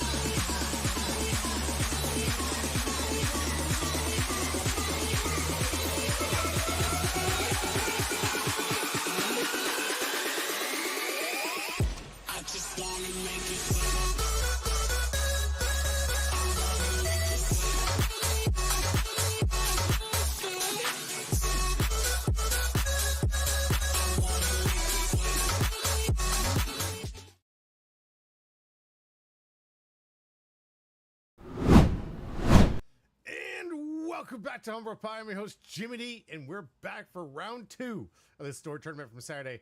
Super excited to see all these new decks. This one's going to be an interesting one. It's Yamato versus Yamato. So we have the Yamato mirror back-to-back. I bet you we're going to see a lot of Yamato today. I've got one deck list to show you guys, one thing to walk you through the basic curve, the basic thing, the strategy, what's happening, what this deck's trying to do. I didn't get deck lists, sadly, from either of these players because I didn't have time to get that connection here. One of them, Rusted Red, brand new, great player. He's really been climbing the ranks. Only been playing for like 2 different deck season releases and already putting himself in the top of the competitive deck. So really, I'm really impressed with Rusted Red's capability. And Big Mike, of course, most of us are really very, very familiar. Good player who's been playing a long time here. And looking forward to seeing both these players put their version of Yamato together. Looking at the deck list, I was walking back and forth. Didn't see a whole lot of different changes. Some cards I'm going to call out that you may not see. That's just from me to say, hey, this might be a good addition. Maybe, maybe not. We'll see. These are the cards I like. These are the cards that I built my own Yamato course for the You Guys Are Paying Attention channel. As soon as I saw this, Yamato was all like, this was red. This, I know it's a black leader, but it was red. It was red. Let's be honest. This plays against the type of strategy I like to do, and I really love everything that this deck's trying to do. It'll win fast, it'll lose fast, or at least it's supposed to. We're going to find out. But against these decks, and it is going to be the new deck with, in my opinion, the most amount of swings. Let's get into it. All right, starting off here, we do have Yamato versus Yamato. Like I said, neither of these players were able to give me their deck list. So what's happening here is we're going to go over the cards that you will basically see, minus a few cards that I'm sure that you guys could see some additions in here. Definitely like Rebecca. Some people are playing the Rebecca because they want to get these 2-cost recursions, which is fine. This is fine. There are some things and some hints I want to remind some people about. And one of the things that like I've been learning from this format. As we see from the new star decks, a lot of things are hating on these 2K bodies, guys. A lot of things are hating on this. So running a 2K body that, yes, you can get back from Rebecca. Yes, you can get it back from the Kazuki, Mononosuke here. They're going to be easily removed, guys. A lot of people targeting, a lot of cards targeting this kind of base power and cost here for certain characters. So if you do this, you're giving Wiper an easy answer that could be a dead card in this deck. You're giving some of the other cards that people are going to be running, like Namule or whatever. These cards are really going to be tailored heavy against the Goofy and the NL players, but now playing cards like this in this deck, you're giving them a free target. It's up to you. You could use it soon. It's fine. It's still a good cost. It's still a good answer to get back with the Mononosuke. I like it, but at the same time, you do have to be very, very careful because these things are going to have the hardest target on them for at least the next season in this game here. So obviously we got the Searcher here for Nami, which puts them in the trash, which is what you want. Another one allows you to draw 2 cards here by trashing a card, and most of the time you're really trying to trash one of these Yamatos to get them in the trash because that's where you want it. Otama kind of helps out with the strategy for reducing some power here. If you have a character with 8,000 power or more, or 8 cost or more, get to one of your opponent's characters minus 2,000 power. Kind of a nice, it's really used for the 2K. You got the 2K blocker. Of course, the combo here that we might be seeing, hopefully we'll see, the Shinobu, when they basically use the age up power capability of the Shinobu. This one's going to give plus 20 cost to Kazuki Mononosuke. And it's not on play, so that means you're going to have Mononosuke out here. And of course, if Mononosuke is out, both of them notably 2K, when he's 20 costs 20 more, you can trash him. And if you have a 9 or more Dawn cards on your field, play up to 1 9-cost Momonosuke for your trash. So those that don't know, this is really kind of like lore accurate. This is what happened during the and not, there's no spoilers here. I mean, if you guys haven't seen Wano at this point, I don't know what to tell you. But basically, when she used her power up to give power to the Mononosuke to grow up into the bigger dragon form, which he used to kind of hold Onigashima away from the town hall of Wano. So on play, up to one of your Land of Wano type character cards with a cost of 6 or less from your trash, and play up to one Land of Wano type characters cards with 6 or less, other than Kazuki Mononosuke from your trash. So you got a cycler here. You've got Shinobu into the 20 cost to get this one back to get the 6 cost. Here's where we're going to get into kind of like the Yamato combo that we're going to expect to see a lot of. 6 cost comes on play, draw a card, then trash one card from the end. Hopefully you're discarding Yamato, getting one of these in the trash. Activate main, you may trash this character, play up to 1 Yamato with a cost of 8 from your trash. Those don't know, if you play characters from your trash, they get rush. So, Mononosuke gets a Yamato. Yamato swings. Yamato sacks itself. Yamato then comes up an unblockable version that has a replacement, so on KO can basically start the cycle all over again. Or you have this 8 cost that gets you to return a character with 6 costs or less from your trash to your hand, and then play a character of 2 costs or less from your hand. So you can return and play the same character you got back from the trash, i.e. get out this blocker if you wanted to. And that's what most people are trying to combo it with. But like I said, this is kind of like one of those things where you're kind of playing into that removal that's only good against certain matchups, and now just becomes infinitely better because you're playing into that removal by playing this blocker here. But you have these 2 different Yamatos, so basically you attack, trash, attack, attack. You're getting these constant recursions and swings, and every single turn you're really going to want to have this cycle of return Yamato from trash or have it out from the last turn, swing, get one of these Yamatos from trash, out, swing, and get an extra additional attack. I mean, there's a lot of really cool cards you can do to get the engine going. Of course, you have this one. It will cost you 7 Dawn, but you can basically, for 7 Dawn, get the entire engine started again, where you bring back the 6 cost, swing with the 6 cost, trash it, swing, bring back one of the 8 costs, swing with the 8 cost, and do whatever else you're doing with this deck.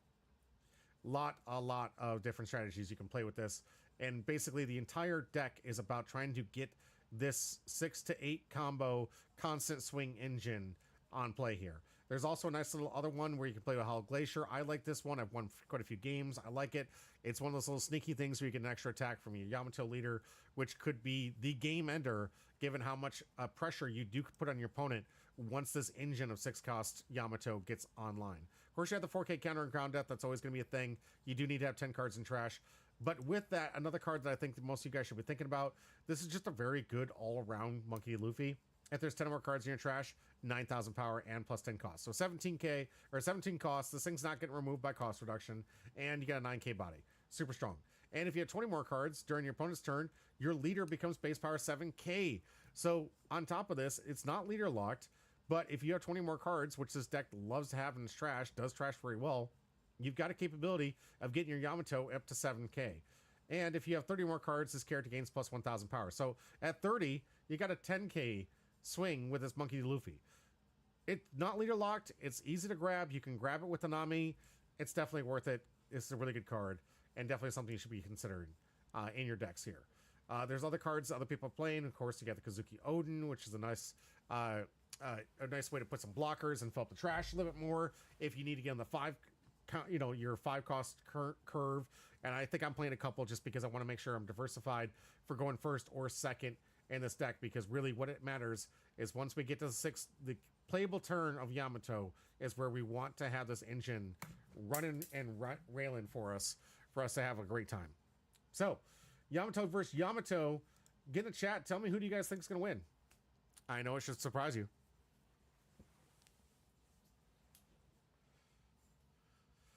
Yeah, Rusted Red is going to go first on this one. I think, honestly, going second is probably the best option for these decks if you think about it, because you do want to get a 6 Dawn as soon as possible to get your engine running. 5 is where it's kind of awkward, but there are some combinations of plays that you can get going. Sadly, the Mononosuke is not going to be there until 7 Dawn turn, because you have to play Mononosuke and then Shinobu to get that effect. But 3 Dawn turn here. First attack, are we going to see a basic 8 swing, or are we going to see some board establish here? We'll see what Rusted Red does.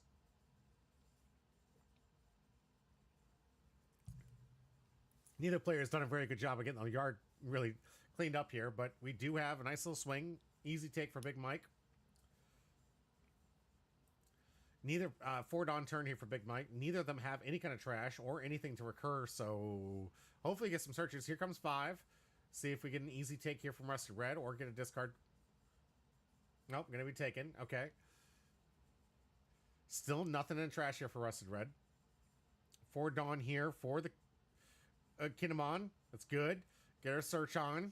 Start getting some of these cards that we need in the trash ready to go. Whole reason we have it. Hopefully getting something online here. Gonna get a blocker. Pitching the rest. Mononosuke and trash, which is a good start for Big Mike.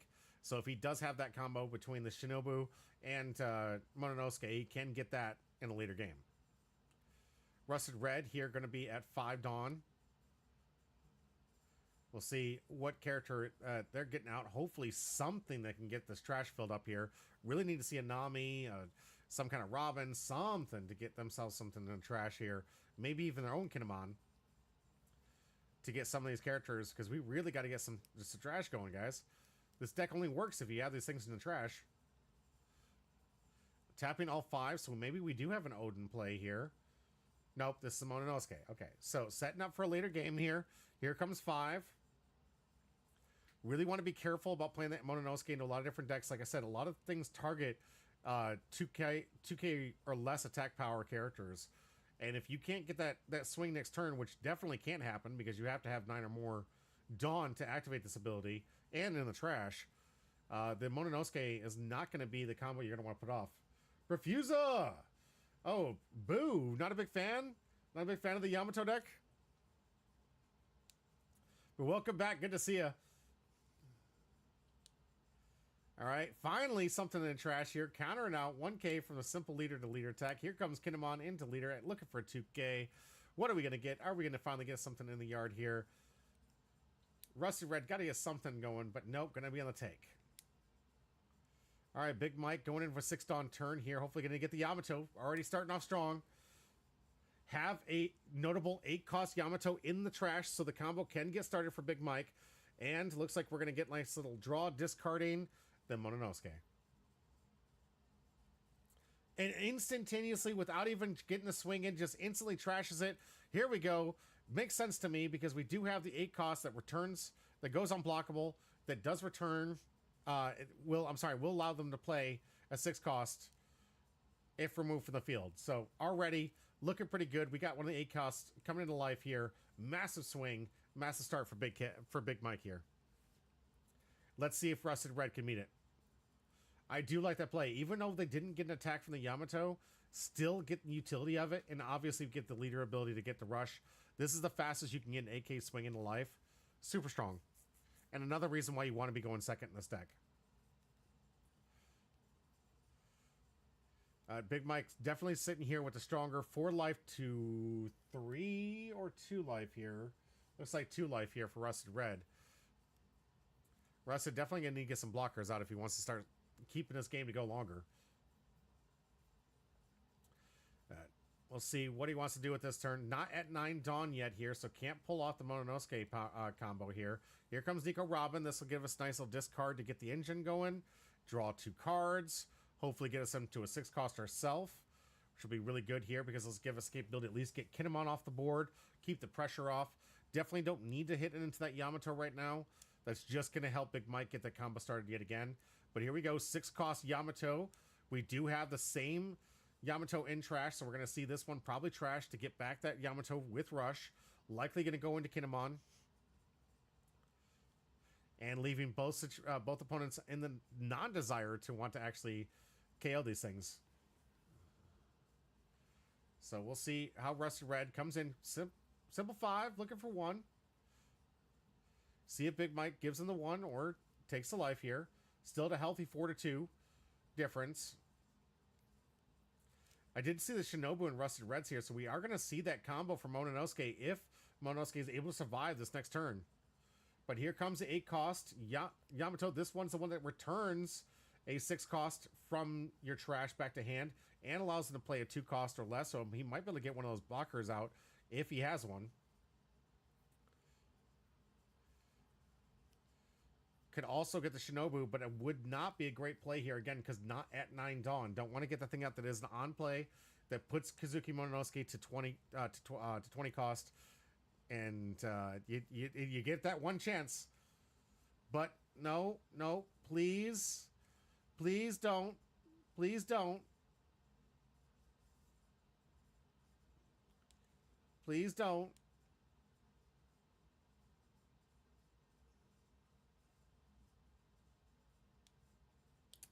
Now I'm going to have to read this myself here. Because I'm pretty sure it's still end of turn.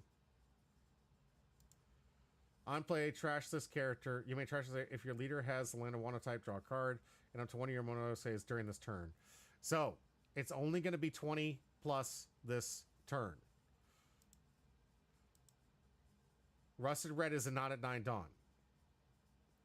This play right here, while good in the late game, can keep the engine going to get the Mononosuke to get the 6 cost back to do some massive swings here, which I really like this combo.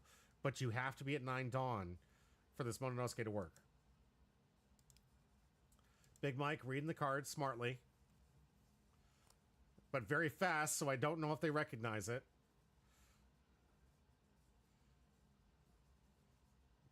Hopefully we don't see a misplay here. Doing a blocker would be a much better option right now. All right, or not. Nico Robin, very, very good. Very, very good. Discard an 8 costs. There we go. Draw 2 cards. Good. Okay, thank God. I'm so glad we didn't see a misplay here. Don't want to see some misplays. I know this is a brand new deck. It happens to a lot of players. A lot of people get out there. The Sim is always protecting other people out there. It's like, Sim wouldn't let that happen. You're right. Sim wouldn't let that happen. But it's one of those things where I think you got to get good in the paper. You got to understand how these rules work. But good answer here for Rusted Red. 8K into Kinemon. We got it. Needs a 2 and a 1. Looks like we got it. Mononosuke and the blocker are going to be the answer for Big Mike. Nope. It's going to be Monkey D. Luffy. The unblockable Monkey D. Luffy. That one's on play. You can give any character unblockable, which, I mean, it's kind of neat. But let's be real. Yamato's unblockable. So, I mean, you already have a card that's permanently unblockable. But you do have a 2K counter, and it does give you... It is like a sneaky card that can catch your opponent off guard. I think I'm still playing 2 of those. I'm not sure. I think that was the one I was going to cut for Ground Death. But I'm still trying to do my testing to find out if Ground Death is a good applicable card for this deck. Because as I've played mini decks, sometimes that 1-cost card is really not worth it.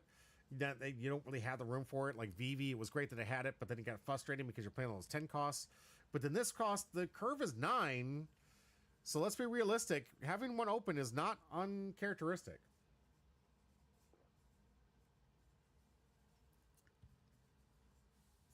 All right, looking like we're getting a blocker on. Here comes 7 into life here. Interesting sequencing here. I don't know if I would have played out that blocker right now. It doesn't really do anything to change the board state. But 5 into 1, looking for 1. Let's see if Rusted gives him the 1K. Sorry, 5 into 5 here. Asking for 1, gets it with the Nami. And I'm sure Rust is like, well, I got that one a little bit too late. Refuser says, I'm getting my first one-piece box next Sunday. Oh, hey, congrats. I'm glad to hear it. Hopefully you got it at a good price, Perfusa. And hopefully you get, like, usually people in their first boxes, they end up with some massive good hits. So I'm hoping the same for you. First One Piece box ever. Hopefully get something that's absolutely outstanding. I've seen a lot of new players walk in the game and just get these SPs. I'm like, hey, I got this SP. And everyone's like, holy crap. Good to hear it, though. 7K coming into life, looking for 2 and a 1. Or 2 2s. Tapped out as Rusted Red, so nothing out there for the ground death to get out of this one. But going to get 2 and 1. Still one more attack left with the Yamato. Of course, we can also have enough Dawn to play a 6 cost out here to get another 8 cost Yamato out and play. We'll see how that play goes out there. Papa says, I don't know, man. My first box had an Altart Shanks and a secret rare Croc. Was it the Altart secret rare Croc or was it just a 2-hit box? View says, I helped Devs open his boxes and he got both Blackbeards he needed. Well, there you go. Just a 2-hit box, Papa Squizzard? Oh, I'm sorry to hear that. Sometimes it's just like it's in the beginning. Interesting. Big Mike with an interesting play here. Going into the Yamato here, and if I remember correctly, this is the one that replaced itself. So this is going to give Rusted Red the capability to get a 6 cost Yamato back. So interesting choice by him to get this, to try to clear board state here. Given he knows he's just going to get the 6 cost back for his free swing, but I guess he didn't have a 6 cost in yard. So good call from Big Mike.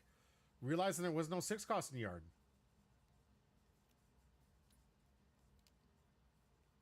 And Papa says, I love the Altar Shank. Same, man. Don't be too upset about like some of the alts. Some alts do go up, guys. They start small. I'm sure some of you guys are looking at some of the alts that you got from this weekend. You're like, oh, this one isn't worth that much. It was like, for now. For now. What if it gets up there? A lot of these alts like fluctuate like crazy. And especially like Shanks and other things, when the certain decks hit, they spike. The alts are the ones that spike the hardest when those cards become in demand. I got my own story about Laboon. Got the old Laboon Altart, and everyone's like, oh, Laboon, no. No one likes Laboon. Well, I mean, people like him, but like, what's the Altart? Who cares? It's not that great. And it's like, well, guess what? Blackbeard was playing it, and now Laboon was like $120 Altart that used to be $3. Oh, Krieg. Krieg is super low. But if Krieg ever gets the power-ups, guys, $10 alt lead, is it really that low? It's pretty bad. But if everything becomes meta, you wait. That thing could go up.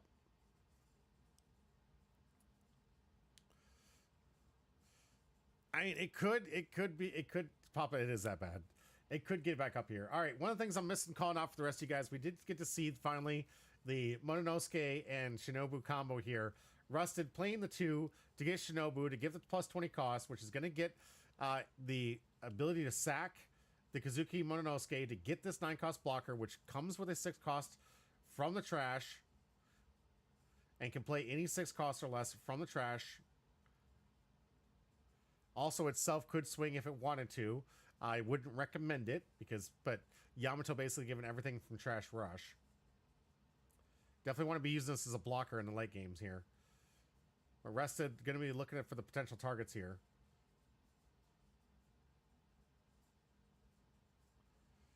Definitely wants one of those 6 cost Yamatos if possible, but this is why we play with the Kinemon. This is why we play with the Odin. You have extra ways to keep the engine going and still get a nice little body to come swinging in with. But guys, when it comes down, while he's looking this through and trying to figure out what he's going to get back from his trash and how he's going to sequence this, the cards are bad now. Sometimes they go up. A lot of times they go up. A lot of times they're sleeper hits. It could be any day. You never know. There could be a magazine. There could be a Bandai premium event that drops of this special edition Bandai premium thing that just makes the thing go through the roof. And everyone's like, I got to play this deck. I'm going to try it. And those cards go up. And Papa Squizzer says, I pray for the day that Krieg is good, but they would have to do the change the rules for it to be possible. I don't think so. I don't think they need to change the rules. I think they would need to make a deck that relied on having attached on.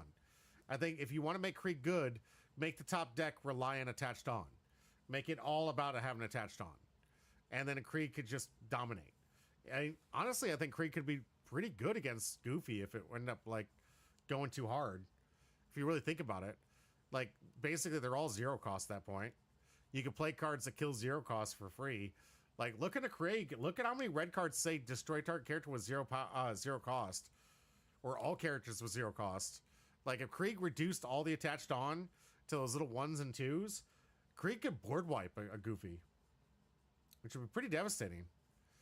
Curly says, it's like how the alts for I know you are strong, so I'll go all out from the start was like 50 cents from the dash pack version. Yeah. And then outrageous amount. And then it got hoarded them. And now they get a nice little payday. Yes. Because they're really good. That everyone's playing with them. Everyone thought this was crap. It was a box opener. It was like, I don't care about this card. Now it's suddenly super good. And Papa says it might actually have a good matchup against Goofy. I'll have to try it out. Honestly, Papa, I would definitely look into that. All right. Rusted. Looking like we got a search from the Nami, which was returned. Interesting play here from Rusted Red to go for a searcher to get the engine going here. Looking like they're trying to set up something here. But Yamato the play with the remaining Dawn here. Likely going to be sacked to get one of the 8 cost here. Yep. This will get the engine going. Hopefully get the unblockable back here. This unblockable should go into the Kinemon to try to force Mike to try to get this, let this thing go. But Rusted Red really needs to get the board state back in his favor. And Carly says, you just don't play cards and start stacking Dawn on lead and then swing lead, and Krieg can't really do much. Yeah. Sadly. But there are ways to play around it, and Goofy really needs those Dawn on those characters. So if you think about it, like, they don't have the option to do that. But clearly that is one of the biggest weak points of the Krieg deck. So good call. It is very good call. Yeah, you can't just play boas instead. Yeah, right? I mean, that's not a bad answer. Honestly, Pause Squizzer, that's not a bad answer. And Crocodile, yeah. You can make the deck good. It doesn't need to just play Don Krieg stuff. There are other cards. There's a lot of good cards that we just looked into from the star decks that look pretty promising. I don't think Krieg's going to be able to, because I don't think he's Slash. Correct me if I'm wrong, but I don't think he's Slash. He should be ranged, if I remember correctly. But there are some other cards out there. I mean, Goofy can go do those things, and it's a wash for Krieg. He's Slash? Papa Squizzard. Krieg is Slash?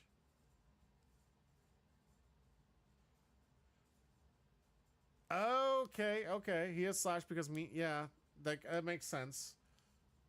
It's Slash. Interesting. I feel like he should be ranged. Am I the only one that thinks he should be ranged?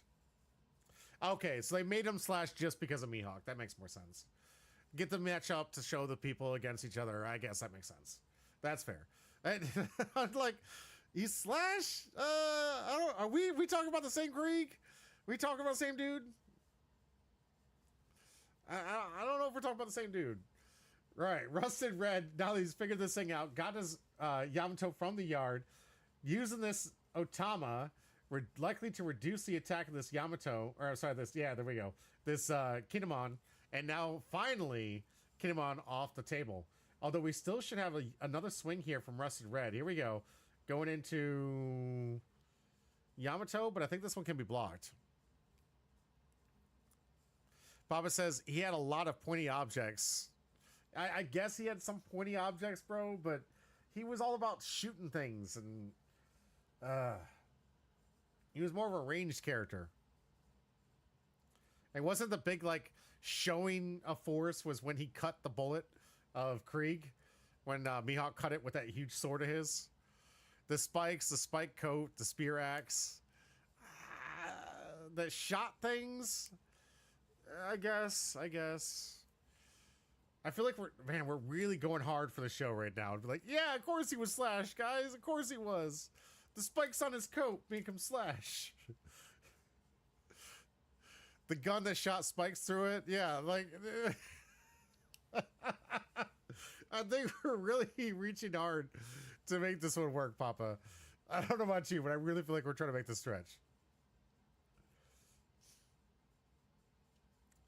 All right, for those at home, Big Mike, just thinking about his turn, looking like he got a good Nami search in here to try to navigate this. Wants to figure out how many of these swings he's going to get through. Of course, both these players, Brant, very, very new to the deck, so they're going to try and figure out what they need against this matchup. And actually talking to them, they said it was a very interesting matchup. They were wondering when they were supposed to play certain cards and when they were supposed to go certain directions. And it just seemed like a lot of Yamato swings here. But 6 and a 6. All right, so Yamato Gonna get the block there, which makes sense. This unblockable Yamato is not gonna be doing. It's not gonna be able to get this Mononosuke swing. So, good choice here from Rusted Red. And it is probably an indicator that Rusted Red does have the 7-cost 2-card combo to get the engine going. And it looks like Big Mike might be doing the same thing. We got Mononosuke 5 costs. Yeah, here we go. 2 costs Shinobu. We already know it's in the yard. So Shinobu trash, draw a card. A little bit early on the draw card, but he trashed that. 6 costs, makes it 20. Go into it. Now we have the 9-cost blocker. This one should be bringing back a 6 cost. Hopefully we got the Yamato still in trash at 6 cost. We do. So now we're going to get a nice little 5k swing from Yamato, which then could get sacked into another attack for 8k cost Yamato. Big Mike putting in the pressure here. He's the first, notably, to get this combo online here. So I imagine, so long as Big Mike can cycle through this at least 2 or 3 more times, this should be all it's necessary for Big Mike to take the game. But right now, we're going to get on the search on. Good play. Get the Nami. Get those things in the trash. Yep, going to get the 8 cost here. Good call from Big Mike. Nope, going to switch it over Shinobu. Good call. Obviously, you're going to get the Yamatos back from trash. Why add that to hand? You're not going to play. You're not going to hard cast it. Let's be real. The only reason you get that is if you want to play the Nico Robin. But everything goes in the trash. Xander, welcome back. Good to see you. We'll add you to the wheel. Congratulations, by the way. This is not a spoiler for anybody at home because Xander sadly did not make camera. But Xander got first place last Saturday. Congratulations, Xander. Huge W for Xander. All right, 5K into Assume Life here. No, Tama. All right. Trying to prevent that makes sense. That makes sense. Get rid of the cards that would cause any kind of, threat to some of the characters of yours. So cost reduction. Here comes Yamato into life. Red immediately on the take here. Not a great sign for if I'm red here, taking that life so quickly. Smile Hoodie, welcome back. Good to see you. Thank you for exclamation point join. Okay. So we already got the attack from the Yamato. Here, this one comes back. This one's the one that returns a 6 cost or less to hand and can play a 2 cost or less. We'll see if we get another blocker here from Big Mike. Or maybe even we get, who knows. But 6 cost going to come back into hand here. Decent play. Keep the engine going. And the 2 cost play is going to be another Tama. So now does have the opportunity to rest, reduce by 2k to the other Yamato, and make it harder for, this Yamato to stop this Yamato. So Yamato likely coming into Yamato. Yep, we got 8k into 6. We're going to see if we get 2 more 2 cards, like a 2 and a 1 from Rusted Red here. Keep it alive. Sadly, no blockers on his side here. So we'll see if Rusted Red has it. Needs to keep these characters on board if he wants to keep the game going. And really needs to get out of his own 6-ston Yamato turn. And out on YouTube. Thank you very much, Xander. Appreciate you. Good to see you. Don't forget, you too can join twice by going to YouTube and Twitch and going to exclamation point join. 2 entries maximum for the free packs. But of course, we do have free packs to be given away at the end of the stream. First 2 packs ever from this community box. I'm super excited to see what we get. We have no idea. It could be a manga, could be anything. All options are available. Massive hits in free hundreds and hundreds of dollars cards. Potential open at the end of the stream. And all you had to do was hit exclamation point join. You imagine being like that simple? Coming through your day, having a stressful day, just hit that exclamation point join. Get yourself a chance to get a free win. Free pack, cost you nothing. Oh, come on. Papa Squizzard, that's not even realistic. That's not realistic. There's Odin. Fine, I'm using Odin, and you guys are going to get used to Odin, and you're going to know who I'm talking about. Papa Squizzard out there, by the way, put a ban on said leader and a leader mirror and thinks he's being funny.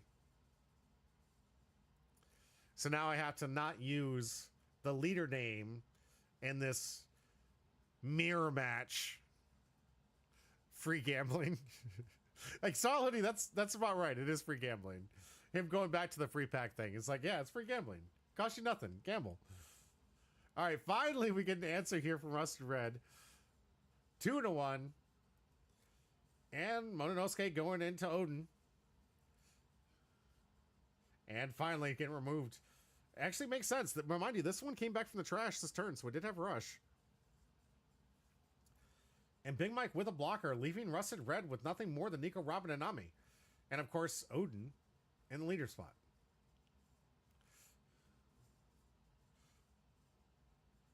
See, joke's on you. I've done a lot of practice with Odin and the whole lore of this one, so I can visualize Odin-san on both sides here. One with the lore. One with the lore. Curly says, what are the names of the decks that they're being played? I wasn't here for the breakdown. It's Odin versus Odin. And if you have any questions, look it up. But Odin versus Odin, black decks, awesome. Awesome play here. Looks like Mononosuke here into, are we going to see it? Yes, the Shinobu. This is the third time today we've seen this combo. Sacrificing both of them, draw a card for the Shinobu, sack the Mononosuke, get the 9-cost Mononosuke, get a 6-cost Land of Wano card back. Should be the Odin from the trash. See, Rusted Red, like, I guess, still too new to the combo here. It's Kozuki Odin of the course, featuring Momo, son, and son of Kozuki Odin. Yeah, there you go. Respect the family, guys. Respect the family. The Kozuki clan deck.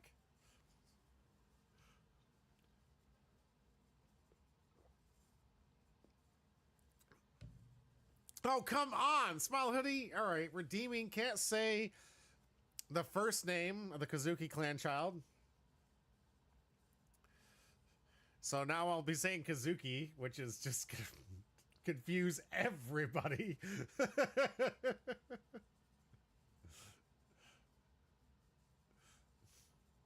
Here's Kazuki child in dragon form.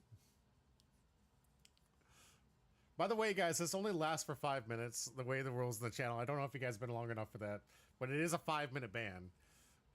So at least I should be able to close it out at the end here. What's the blocker called? Kazuki? It's the Kazuki blocker that brings back the Kazuki. This is Kazuki clan, Curly. It's all about the Kazuki clan.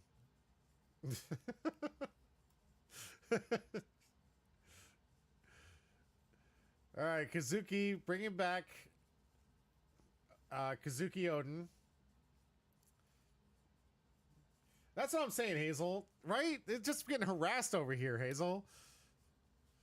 All right, so we got a swing here. Oh, good call here from Rusty Red. Getting use out of Nico Robin, getting Otama off the field here. Good play here from Rusty Red. Finally remembering he does have access to it. All right. Let's see the play here. A lot of defensive plays and potential to get the cycle going for the 1-cost events here. Rusty Red could be trying to use those as defense. I do like those cards, though. I mean, they do get the engine running pretty well. But 1 life to 3 life. Big Mike really leading on life here. Here comes our first Odin swing. 5 and a 5. Is Big Mike going to take? He is taking a sweet time, though. Nope, discards the 1.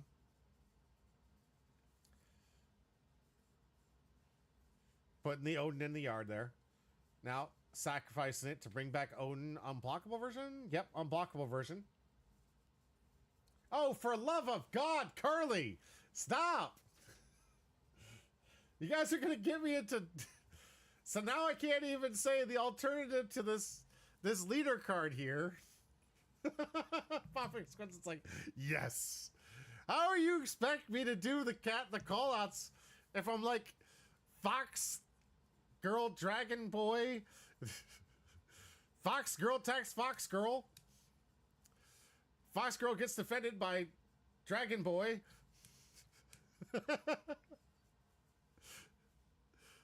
And Zombie Samurai sitting up for defense here. It looks like we finally got a take when as Fox Girl in human form decided to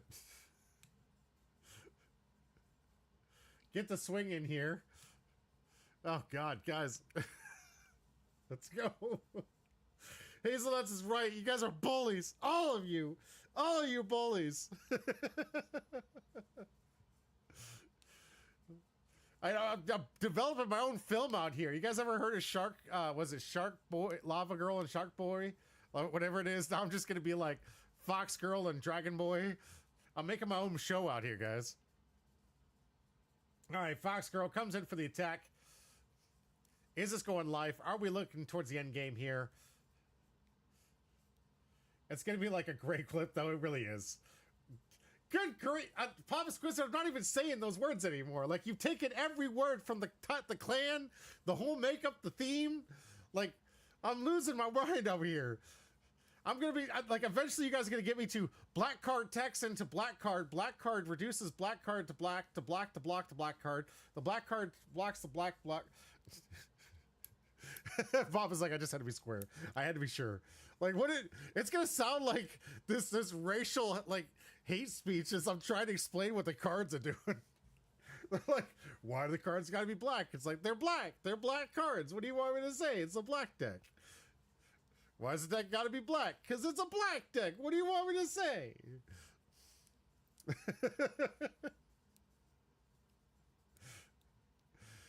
Don't say clan deck. Oh, that's a good point. That is a good point, Curly. I didn't even think about that.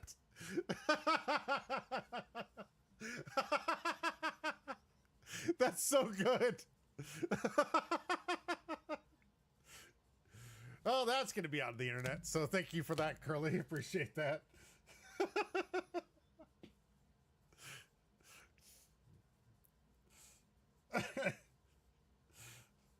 That's one way to cast out a game, that's for sure. Woo! All right. Back to the game. We got Dragon Boy and Fox Girl still to attack yet.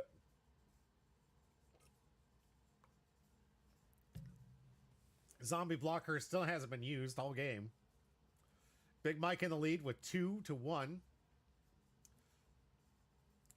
So using basically Rest of Red was debating on using the event to counter. Did use it to counter. Here comes Dragon Boy into lead. Big Mike getting a lot of swings from this, what would virtually be a weak blocker here. Rust on the take here. Big swing here. A lot of open dawn, by the way, here. But here comes Cat Girl. Fox Girl. Gonna get the counter. 4K counter. Are we gonna get a restand attack leader? Or something else. Maybe some... Oh, looks like we have a 2K counter combo yet again for the 4th time today. Maybe. Yep, here it is, Shinobu. Creating adult Dragon Boy. To start this combo all over again. Papa Squizzer says, I don't know if I want to bring Kuzan to the store anymore if we have the clan decks floating around. Yeah, right. Gonna have a lot of swings here. This is gonna be potentially for 3. We got our first human form Fox Girl swing. Sacrificing it to get a Fox form. And don't forget, we can use the Dragon Boy as an additional swing to get this last hit. Unblockable, too. So here we go. 9. Is this going to be enough? Does Rusted Red can't use it? And that's going to be game. Big Mike taking it down. Saving the unblockable for the last minute. Great cycle. And Fox Girl is our winner. Don't bring your clan decks to the gaming arena. That's not okay. By the way, that was actually pretty funny. Appreciate you guys in that. All right, we're going to take a quick break. When we come back, we got the finals. Of course, now that the 5-minute timer is over, if you guys haven't been keeping track, I can finally start saying these things. Yamato is going to be playing up against P&L. So we're going to find out in the finish here, is Yamato strong enough from Big Mike to take home the lead and show just how strong this deck really is? Or is P&L, Purple NL, still one of the top tier decks of this format? We're going to find out. Stay tuned. We're going to take a quick break. When we come back, those two are going to be playing head-to-head with Big Mike and Porter in the finals of our championship. Stay tuned. And of course, if you haven't yet, exclamation point join, guys. We got 2 packs to give away. We'll be right back. It is interesting. It is interesting.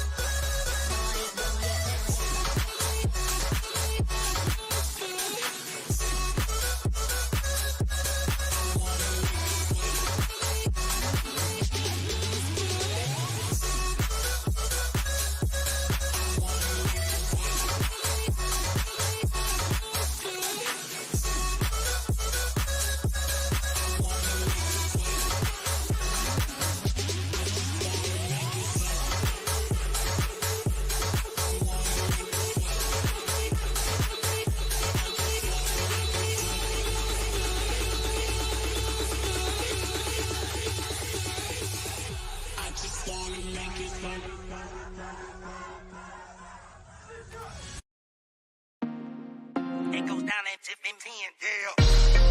It goes down at tip and 10, yeah.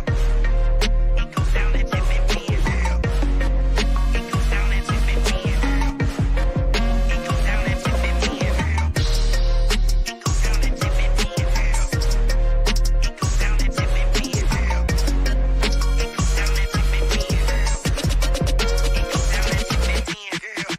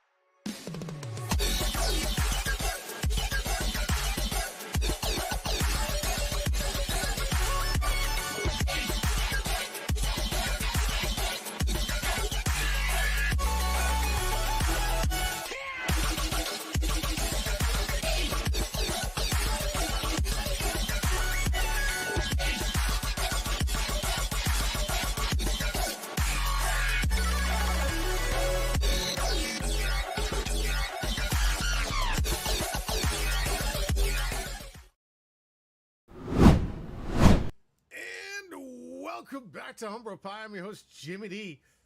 And we are here for the third and final round of this tournament in epic fashion here. We have Yamato, which we just saw, having taken this down. And yes, guys, the verbs, all the words you guys banned me from are already tired out there. 5 minutes has passed. I can start using them yet again. We have a Yamato match from Big Mike, who just took it down against Scarlet Red. Yes, last one. Rusted Red, if you will. Sorry.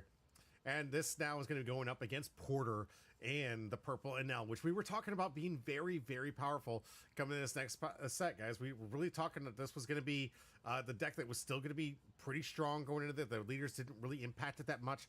However, with the new starter deck cards coming out, there's a lot of hate going against Purple NL. So we'll see if all the colors end up playing with those cards that really kind of like weaken the Purple NL matchup, if you will. I mean, obviously the 6 cost is always going to be something to worry about, but as we've seen, green does have a great answer against resting that 6 cost and not having to deal with it. So we'll see. Time will be telling us. We start getting closer and closer to mirroring up our formats and being able to see what's good and us actually creating the meta. Super excited. Right now, we've got the last matchup, and of course, that is your last chance to get one of these 2 free packs by hitting exclamation point join while I'm live. If you guys want to get that chance, do it now while I'm live, because at the end of this game, we're going to give it away. And who knows, could be a manga and could have been your day to get something huge. We'll find out. But right now, we got our last match of the day, Yamato versus PNL. And starting off, we have Yamato. So, briefly, we went through this last video in a little bit in depth here. I do want to emphasize that this is not obviously a 53 card deck, not a legal deck. This is something that I'm using as reference because there are many different types of this deck running around, but the essential part of what this deck is trying to do is get out the 6 cost Yamato, sack it to get an 8 cost Yamato and start swinging. You can do this but many different ways because everything coming back from the trash does have rush. You have the capability of the Shinobu Mononosuke combo to bring back this Mononosuke, which brings back this 6 cost, which then brings back this 8 cost. You have this event right here that allows you to rest 6 other Dawn that brings back this 6 cost that can bring back this 8 cost. You also have other character cards that allow you to get these other cards out and play certain different combos. But essentially, what is the deck trying to do? Get the 6 cost into 8 cost, whether it be unblockable or one of the ones that plays the 2 cost for free while getting the 6 cost combo reset. It's your choice, but really this deck is all about massive swings, and you can swing with the Mononosuke if you want to, getting it back from the trash. There are other targets from here, good searchers, good ways to get dig and trash, but obviously this deck wants to work right. It needs to see these early game searchers and early game trash builders in order to get to that 6 Dawn turn and start turning on the gas. This will be going up against a deck we've had many times on this channel. It's Purple Enel. What does this deck do? Just about everything. The deck is definitely going to start moving itself into the heavier side of the larger characters, given there's so much hate going on for 2K bodies going out here. So you're going to see these decks kind of evolve even more to playing more of these top ends with the Senior Pink maxing. You got your Trafalgar Law blocker that hits the hand, which is very good. You got Vin Smoke Reiju blocker, and you got the Frankie blocker. Of course, the double damage here, which is always a nice little combo, and he puts it at 6K, so it makes it a little bit harder for them to get rid of the Ohm and Holly combo, sure, for the rush, and of course, putting for the search.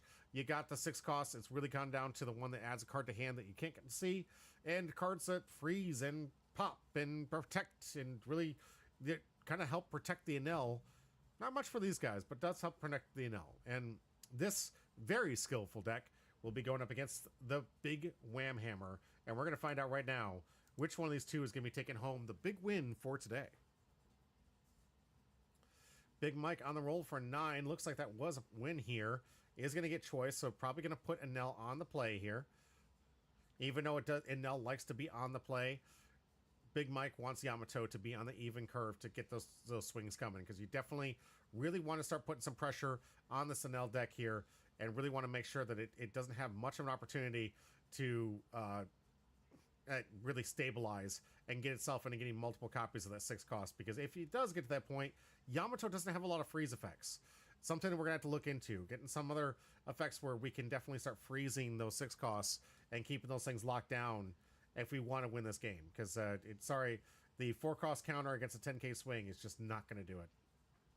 Nico Robin the play here. Good start here. Going to discard the Mononosuke to draw 2.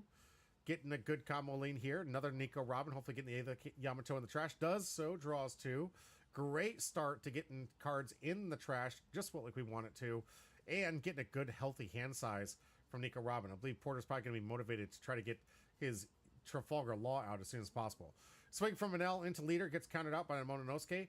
Shura is the rush here. We are in turn 2, so we can activate leader ability, get those 4 free rested Dawn, which will be 3 based on what's here. That means we got a 5k swing into life. Needs a 1k. I think Big Mike might be on a take, is going to take this time. Back over here, using the remaining 3 for another 5k swing. Porter just maximizing swings. We got saying, I can swing just as many times as you. Get the alt art Mononosuke, 1k counter here from Big Mike. Almost all the Mononosuke's in the yard for this thing. And we're going to see if we can get our turn for getting something nice here. All right, Nico Robin already getting some work in there. Definitely clean up both those characters. Love that for Big Mike. Making sure he's cleaning up those smaller types, but is going to have a harder time when the turns get later here. Mononosuke, great start here. Going to get the search on. Get that trash hopefully filled up with all the cards that we need here to get the combo going. And hopefully next turn we're going to start seeing some massive attacks from these Yamatos, putting Porter in some pressure points here. All right, Mononosuke the pick. Makes sense. Do have all those Mononosuke's in the trash here. All we need is one Shinobu, and then we're cooking with some gas here to get that combo going. And already have a 6 cost in hand, so looking pretty good here for Big Mike. Porter, only with leader at this point. Going to start off his turn, going to get the search. Don -1, but automatically going to get this massive, huge win. Get the 6. Looks like he can get into another copy of it if he wants to. This could be the way for him to win this game. Getting into as many copies of the 6 cost as possible, given that Yamato really can't deal with these 10k bodies, is a great option and a great move here for Porter. Brittany, thank you so much for the exclamation point join. I'll have you added to the wheel here soon. Appreciate that. But yeah, we have, looks like that was the pick here. Of course, Porter doesn't have to reveal. Does have to discard a card, though. So getting the 0 cost there. One of the nice things, we're seeing a lot of evolution here for the game of One Piece. Having people not show the card that they're actually getting. And limiting the information, which is actually pretty powerful. But sure, the play, using the After Dawn gain given by the leader ability. Here comes a simple 5k into life. Looking for 1. Porter with a lot of 1ks. Gives up to 2. Here comes Kazuki Odin here for 2. Gives up that. Here we go. Got another nice 2k counter here for that one. Yamato the play here. On curve. Looks like we could get that thing sacked automatically and get ourselves into a nice little attack here. It looks like that is going to be the play. Which is good for Big Mike here because it means Porter's going to be prioritized into the board state next turn. And when you can bring these things back left and right, who cares? Who cares about the board state? We'll see if Porter ends up prioritizing going face and having to go against his usual game plan here.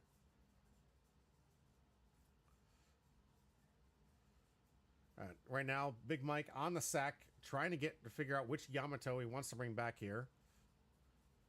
On curve, already getting the advantage of having an 8 cost on the 6 Dawn turn here. This one, the Wonder, is going to return a 2 cost or 6 cost or less from the trash to hand. Play the 2 cost or less for free. Decides not to play anything because he doesn't have anything. Interesting. Could have gone for, I think if I'm Big Mike here, I would have gone for a Nami play personally here, but I guess he wanted to get the 6 cost in hand here to make sure he had the engine. Porter going to play another 6 cost. Look at the top 5. Get himself any card he wants. But of course, this now makes a second copy here. Leader ability going to give Ohm a nice little 6k swing along with leader. Big Mike doing a really good job of keeping his life healthy at 3-3 against this matchup. But no real blockers yet to deal with these 10k swings. And sadly, like we said, there's not a lot of answers for these 10k bodies from Yamato. So we're going to have to find out what Big Mike is going to do, whether he just tries to get underneath the deck, ignores it, keeps trying to push, try to get as many swings as possible, so leaving Porter with limited answers. Porter's hand is reasonably actually kind of low here, and he's going to have to be using a lot of resources here just to freeze one of these Yamatos. Potentially removing it, but what good does it do when they just keep coming back? Now, I think we do have a Shinobu combo next turn, but that's going to be the 8 Dawn turn for Big Mike, so we're not going to be able to see the actual play for the Mononosuke. But here comes a big swing here from Porter.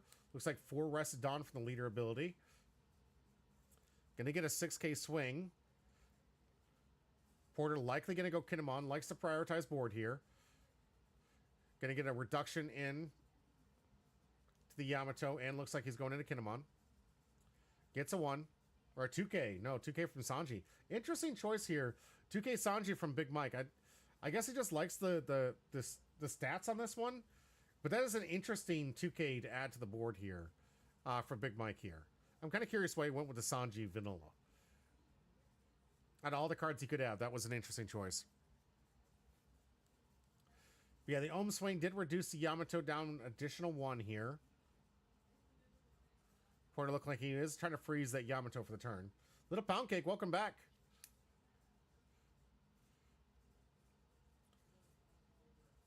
Looks like we do have at least 1 swing from leader here from Porter. Porter not going to want to leave any of these things open here. 5. Looks like it's going into life, though.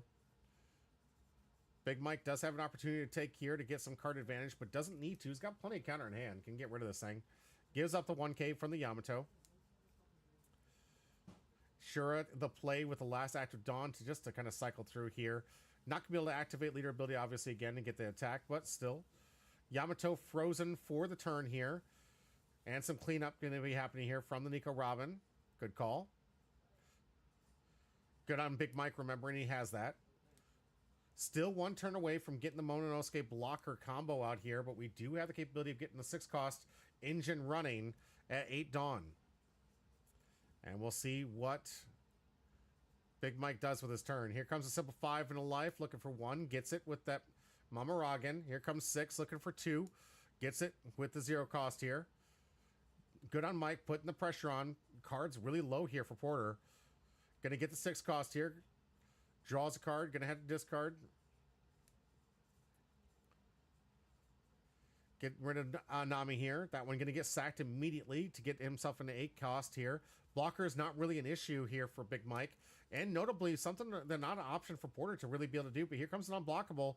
In for 8. Porter on the take. Likely going to prioritize this turn to try to keep that thing locked down. That one's the bigger threat in Porter's deck. If we saw the deck list, he has a lot of blockers in this deck. You got the Reijus, you got the Frankies, you got Sanji raid suits, you got so many different blockers in this deck. This is probably the biggest threat to Porter's life here, this Yamato unblockable. So clearly Porter's going to be prioritizing this as the priority remove to make sure that he has an answer and doesn't have to worry about this thing swinging and taking the game away from him. 3-2, Porter down 2, has a decent sized hand here, even after having counted out all those swings. But as we know in the P&L deck, it likes to replace itself. Almost every card you play just replaces itself. So very hard to really get this deck down. You really got to wait for him to expel most of their hand trying to freeze cards or pop cards or do things like that. It's really the best way to get Anel's hands down a little bit lower than normal. Here comes Blocker Anel. Interesting, this is a new ad. Porter was off the blocker Anel for a while. I think he brought it back in because he thought it was kind of necessary, given we have so many of these different low to the ground rush aggro decks. An interesting choice here. Looks like he's switching it up to add this blocker back into his deck. I think it was not even a month ago. He was like, it's rotate out. There's no need to play it. Don't need it. And sure enough, he's bringing it back. Using leader ability, getting a 6K swing into the Kinemon, looking for 1. Big Mike does have a healthy hand. Easy counter if he wants to. Or could let this go as a return target. Yep. Letting that one go here. Here comes a big swing. 10 into 8. Looking for 2 and a 1 here. See if Big Mike has it. Does have another 10K swing coming in here. Does have it. Gives it 2Ks though. Here comes another 10 into to 8 here. There's Ground Death for the protection. Does have all 10 cards from there. Sure, the play here. Great play here. Big Mike has plenty of answers for the board state. Let's see if Big Mike can put in some more pressure on Porter's life here. First, get the swings out of the way like that. Nico getting rid of Shura, knocking it out of there.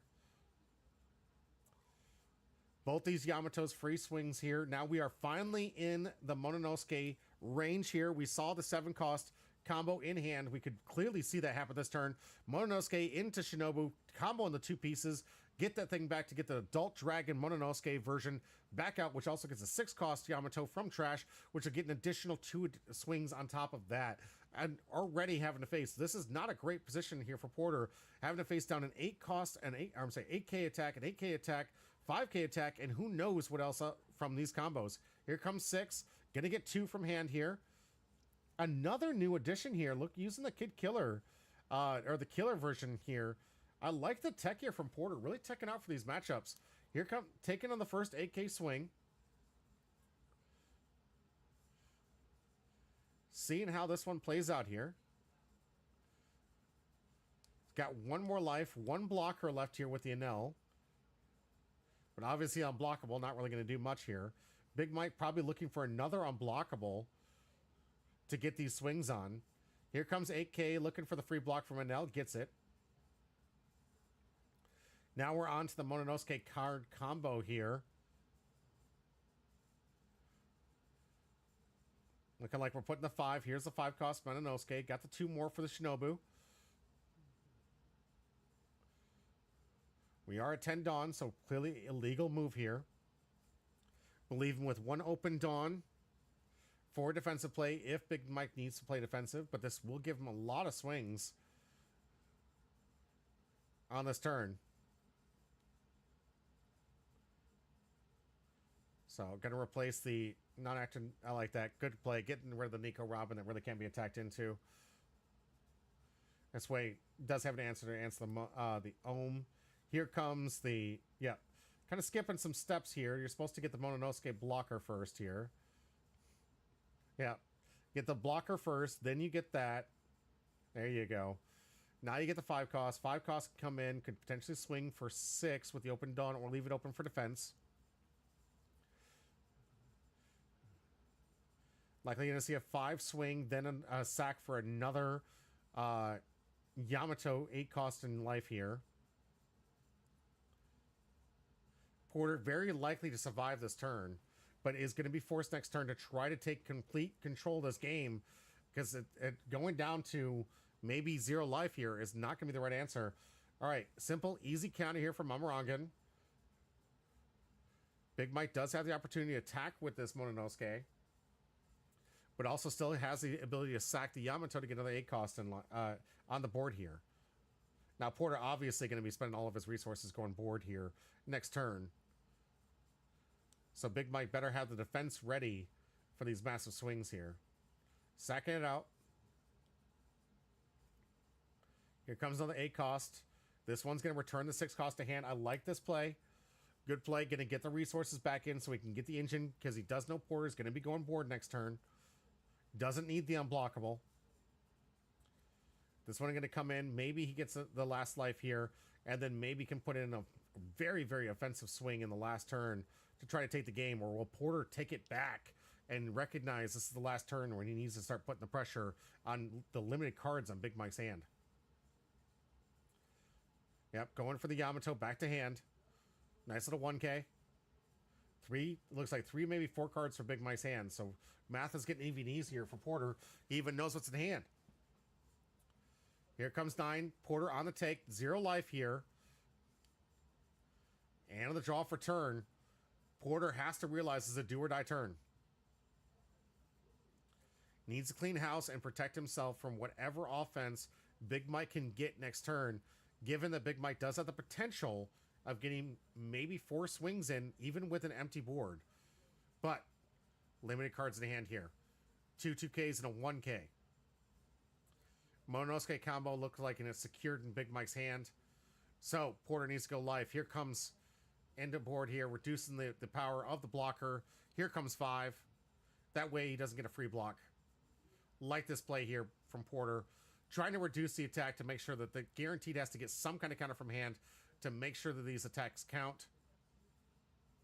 And Mononosuke just going to get sacked. No counter here from Big Mike. Porter desperately trying to get all the counter out of hand to make sure that all these swings can be lethal. And of course doesn't know that Big Mike is really just trying to save his Yamato combo hand here. So Lightning Dragon going to try and remove one of these threats from restanding next turn.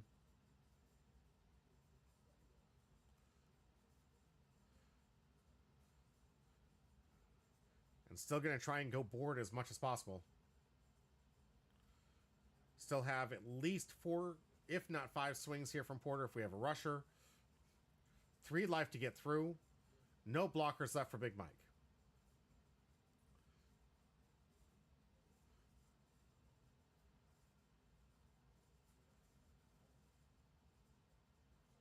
See how Porter navigates his turn.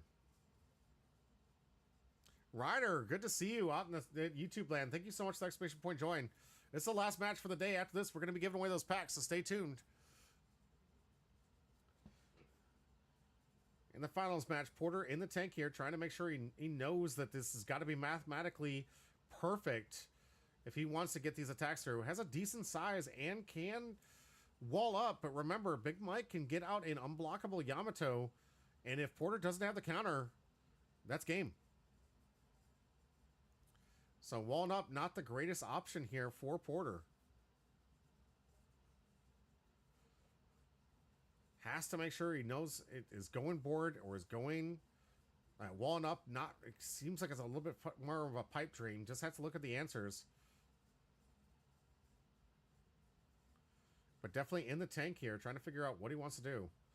Got a couple of good counters for the swing here. So could defend out what looks like a good 12K swing from Big Mike. So Big Mike would have to have a lot of open dawn here to make that swing, that unblockable swing possible. And that's if Porter hasn't removed that threat from the board. 10, yep, going for the unblockable, makes sense. Porter double backing, thinking, wait, might need to attach some more.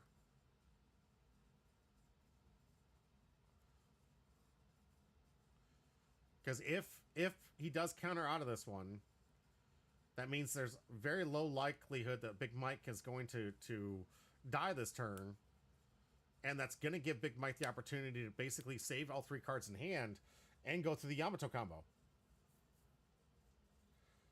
Because as we know, as last I checked, he still has a Momonosuke and Shinobu in hand, so can clearly do the 3-card combo to get 4 swings with an empty board.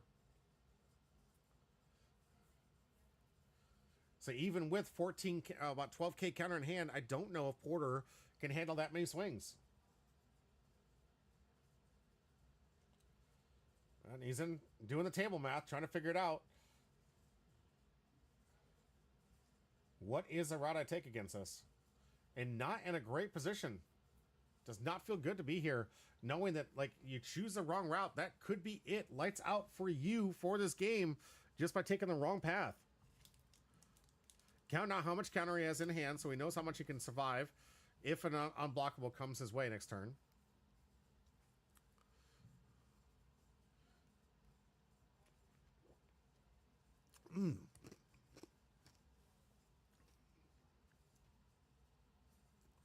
Porter just trying to do the math. Trying to figure out if he can make which route to get here. How much to attack into? How much is Big Mike going to protect this one? And honestly, if I'm Big Mike, I'll let the wins go. If they attack into it, I'll let it go. I survive the next turn. I get 4 swings next turn.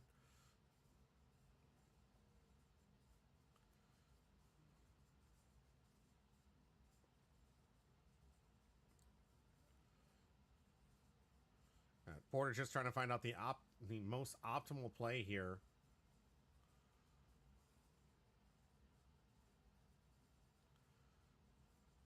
And how he's going to swing this one through.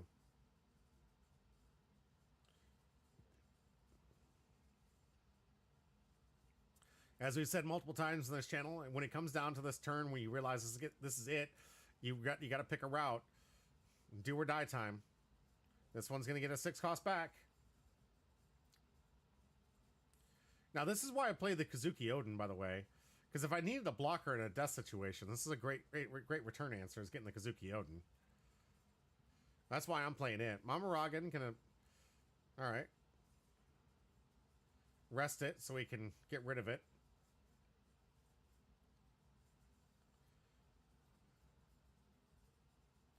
But if I'm Big Mike, I got a, breath of fresh air here. I don't have to worry about him going for game. I doubt Porter has a way to get 3 attacks or 4 attacks that are going to guaranteed hit. And several of these things just going into all the characters.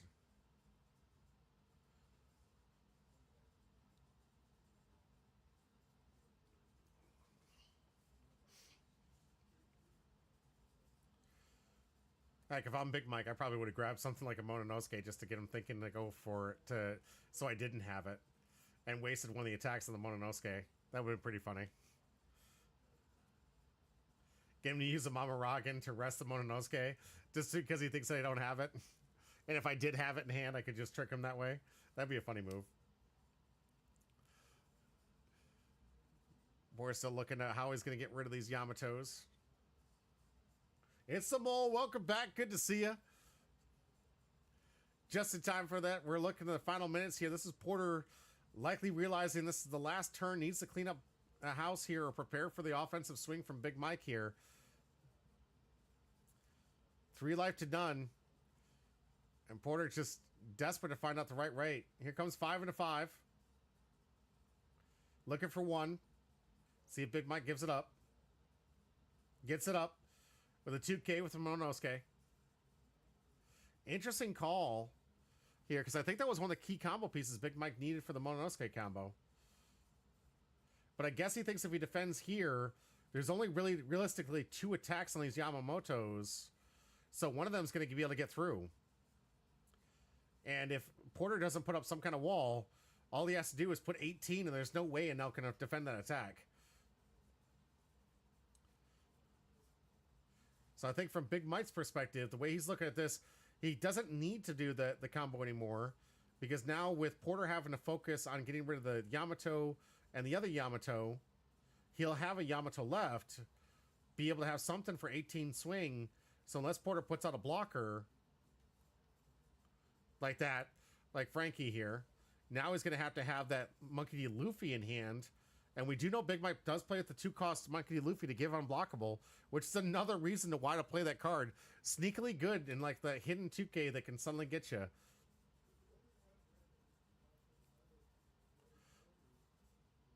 And here comes 4K into Yamato. I'd let this one go. Or 10 into Yamato. Let this one go. I don't think that Enel has blocker, because I think that's just a 1-turn block. Or is it a once per turn? I think it's a once per turn. I guess he can make it a blocker for this turn. So he's got 2 blockers. So if Big Mike can answer with a 2-cost Monkey Luffy and then giving it up for 16K, I think he can get through this one for the win. But does have to get through 2 different blockers. Or is Big Mike going to start trying to do the multi-swing combo here? Here comes the 6-cost from hand. Pitch in Mononosuke. I'm sorry, Kinemon. Which is going to give him the capability to get back the unblockable with 4 Dawn left, which will get him in the range of having a 12K swing.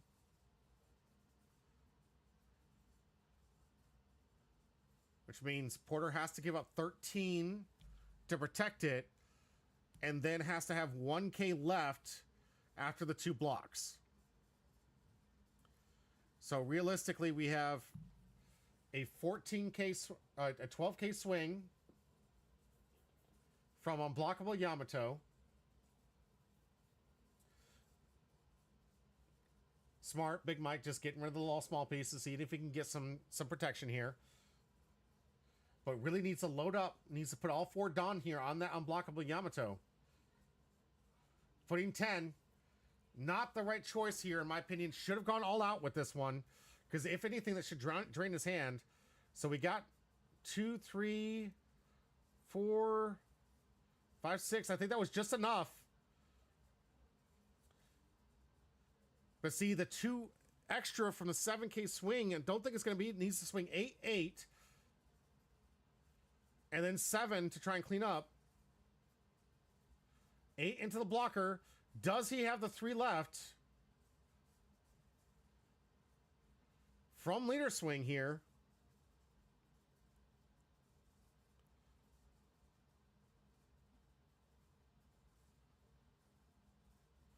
It all comes down to this. Does he have 3 left? If Quarter has enough counter to protect this 7K swing. What? What? No! What? No! Why did you do that? 2K. To protect from the Yamato swing. What's happening? Big Mark, what did you do? What did you do? You could have made that unblockable. And that would have been game. I guess he was putting it out because he was saying he did have it. And that means Porter's just going to clean house. Oh, Big Mike, read the cards. That's why you play the Monkey D. Luffy. That's why you play it. You could have given either of those Yamatos unblockable. And Porter only had the 2K in hand. Oh, shoot. Oh, man. Big Mike, it's okay. It all happens to the best of us. It happens to the best of us, guys.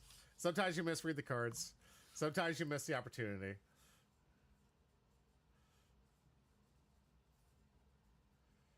All right. Here comes 10.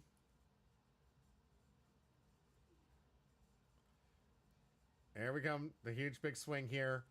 Should be using leader ability. Taking the rest of Dawn. Using Anel, I guess, for the -1 to get that maximum swing here. Yep.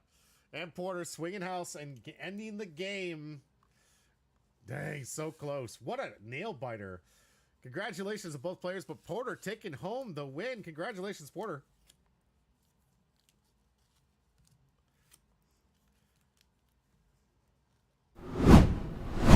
And them's the breaks, just like that. P&L still showing its offensive capability. That was a very difficult turn for Porter there, trying to have to figure out whether this was going to be it, if he had enough counter to get against that. And luckily, just had enough counter to make sure he survived that thing.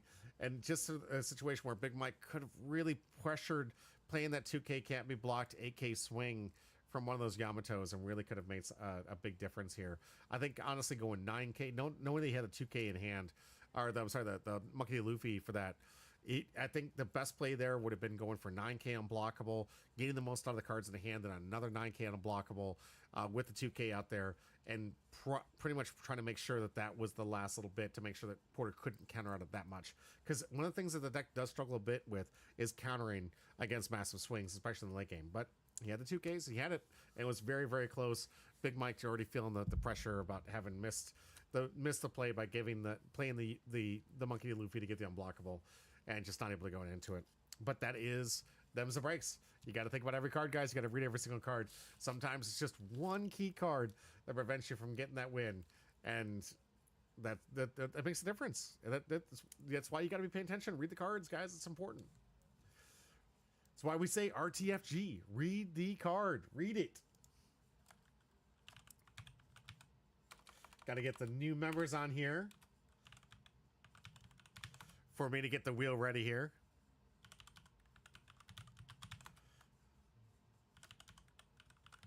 Got Ryder. Oh, let's spell that one. Got Ryder here.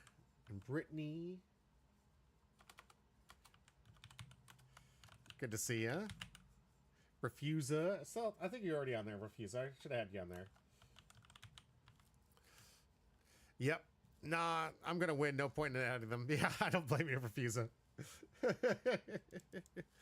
All right, it looks like we got everybody else on the wheel. Let's check it out, and let's see who goes away with our wins. All right, get those rigged buttons ready. You know how it is. All the entries on the wheel. Let's see who's going away with pack number 1. Papa Squizzar.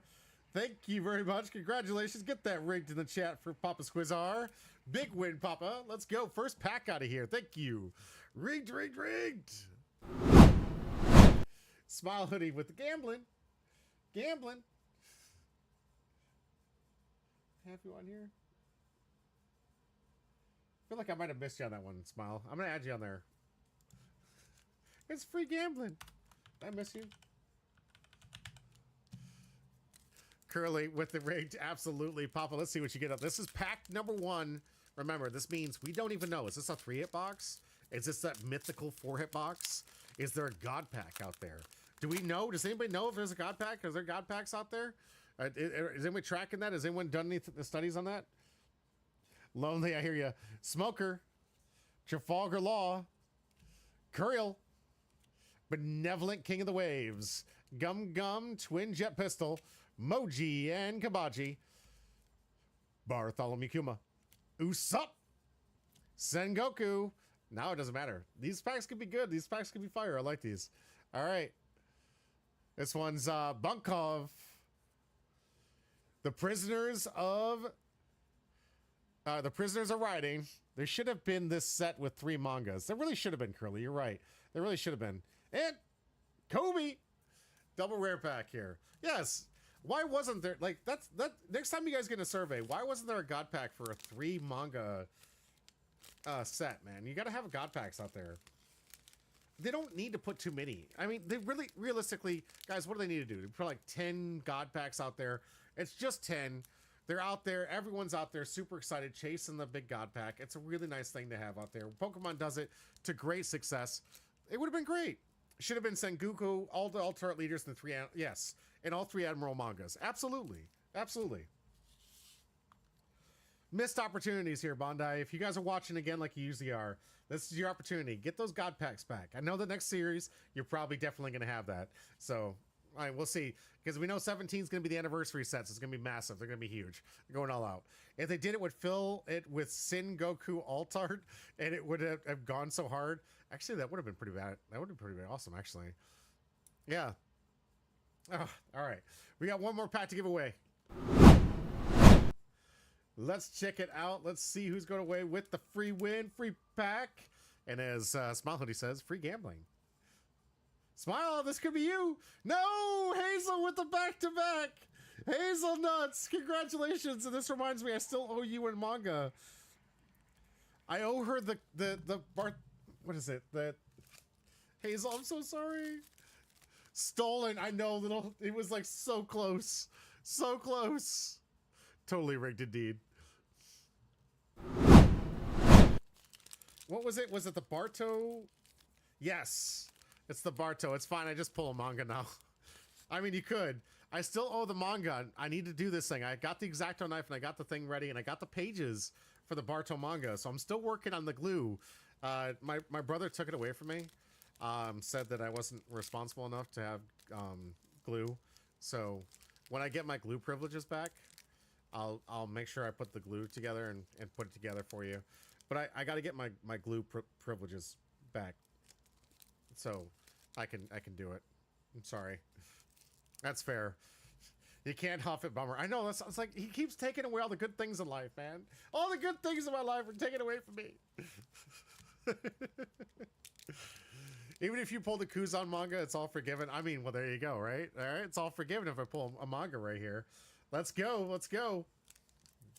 Hazelnuts, here's your winning pack. Shouldn't have drank so much glue. I know, right? You do. You know what? You give out money and you're not a giver. You go out there and you do all the charity work. You're not a charity guy, but you sniff glue one time or 10 times, and forever you're a glue sniffer. It's life is not fair, guys. It's SP time. Let's hope. Let's go. Squad. Gecko Moria. If you didn't, you wouldn't be good One Piece. That's right. That's very fair. Kazuki Odin. Emporio Vankov. Boa. Roronoa Zoro. Ramba. Inazuma. Oh, what's this guy? Avalo Pizarro. Sudo. Hey!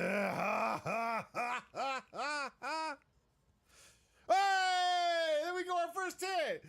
Alright, I told you I was gonna help you get these cards. There's our first hit. Oh man, lungs are hurting from that laugh. We got our first big hit, congratulations! Yes, that's like a $30 card. That was going to Hazelnuts. Hazelnuts end up winning themselves a nice little, like, a back-to-back from the last 2 weeks.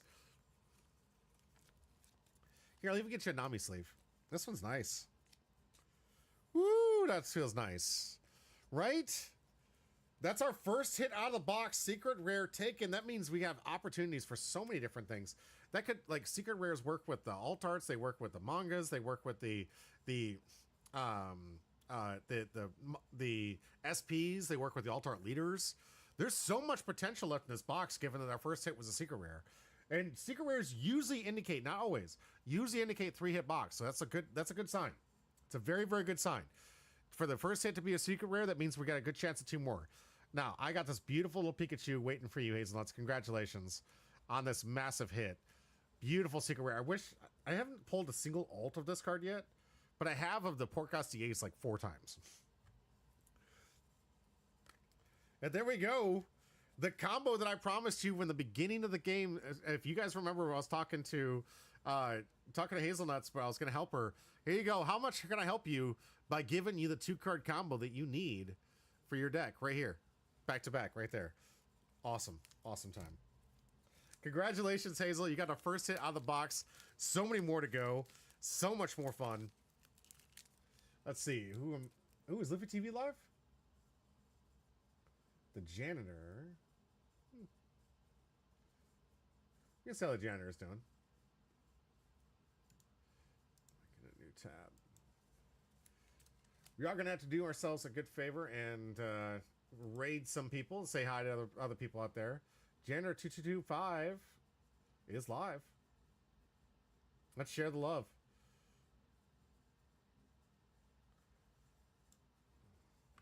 Do ourselves a raid and call it a day. Thank you so much to everybody for being here. Thank you for the stream. Remember, Wednesday we're going to open up 2 more packs, more content coming your way, more deck lists from all those players. So they're trying out the new set. I'm really looking forward to seeing how these things turn out. The set's working out pretty well. We're diversifying our area. I was a little nervous. We're going to have Yamato versus mirrors all day. Thankfully, it didn't turn out that way. So thank you, crowd, for not turning it into like just a 1-deck meta and helping us keep it a little bit original. Guys, I had so much fun here today. I hope you guys did too. Stay tuned. We got more content coming your way. And as always, stay hum, bro.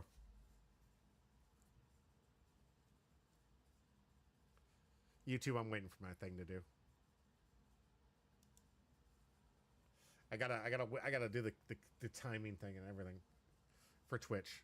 YouTube, stay cool. I'll see you next time.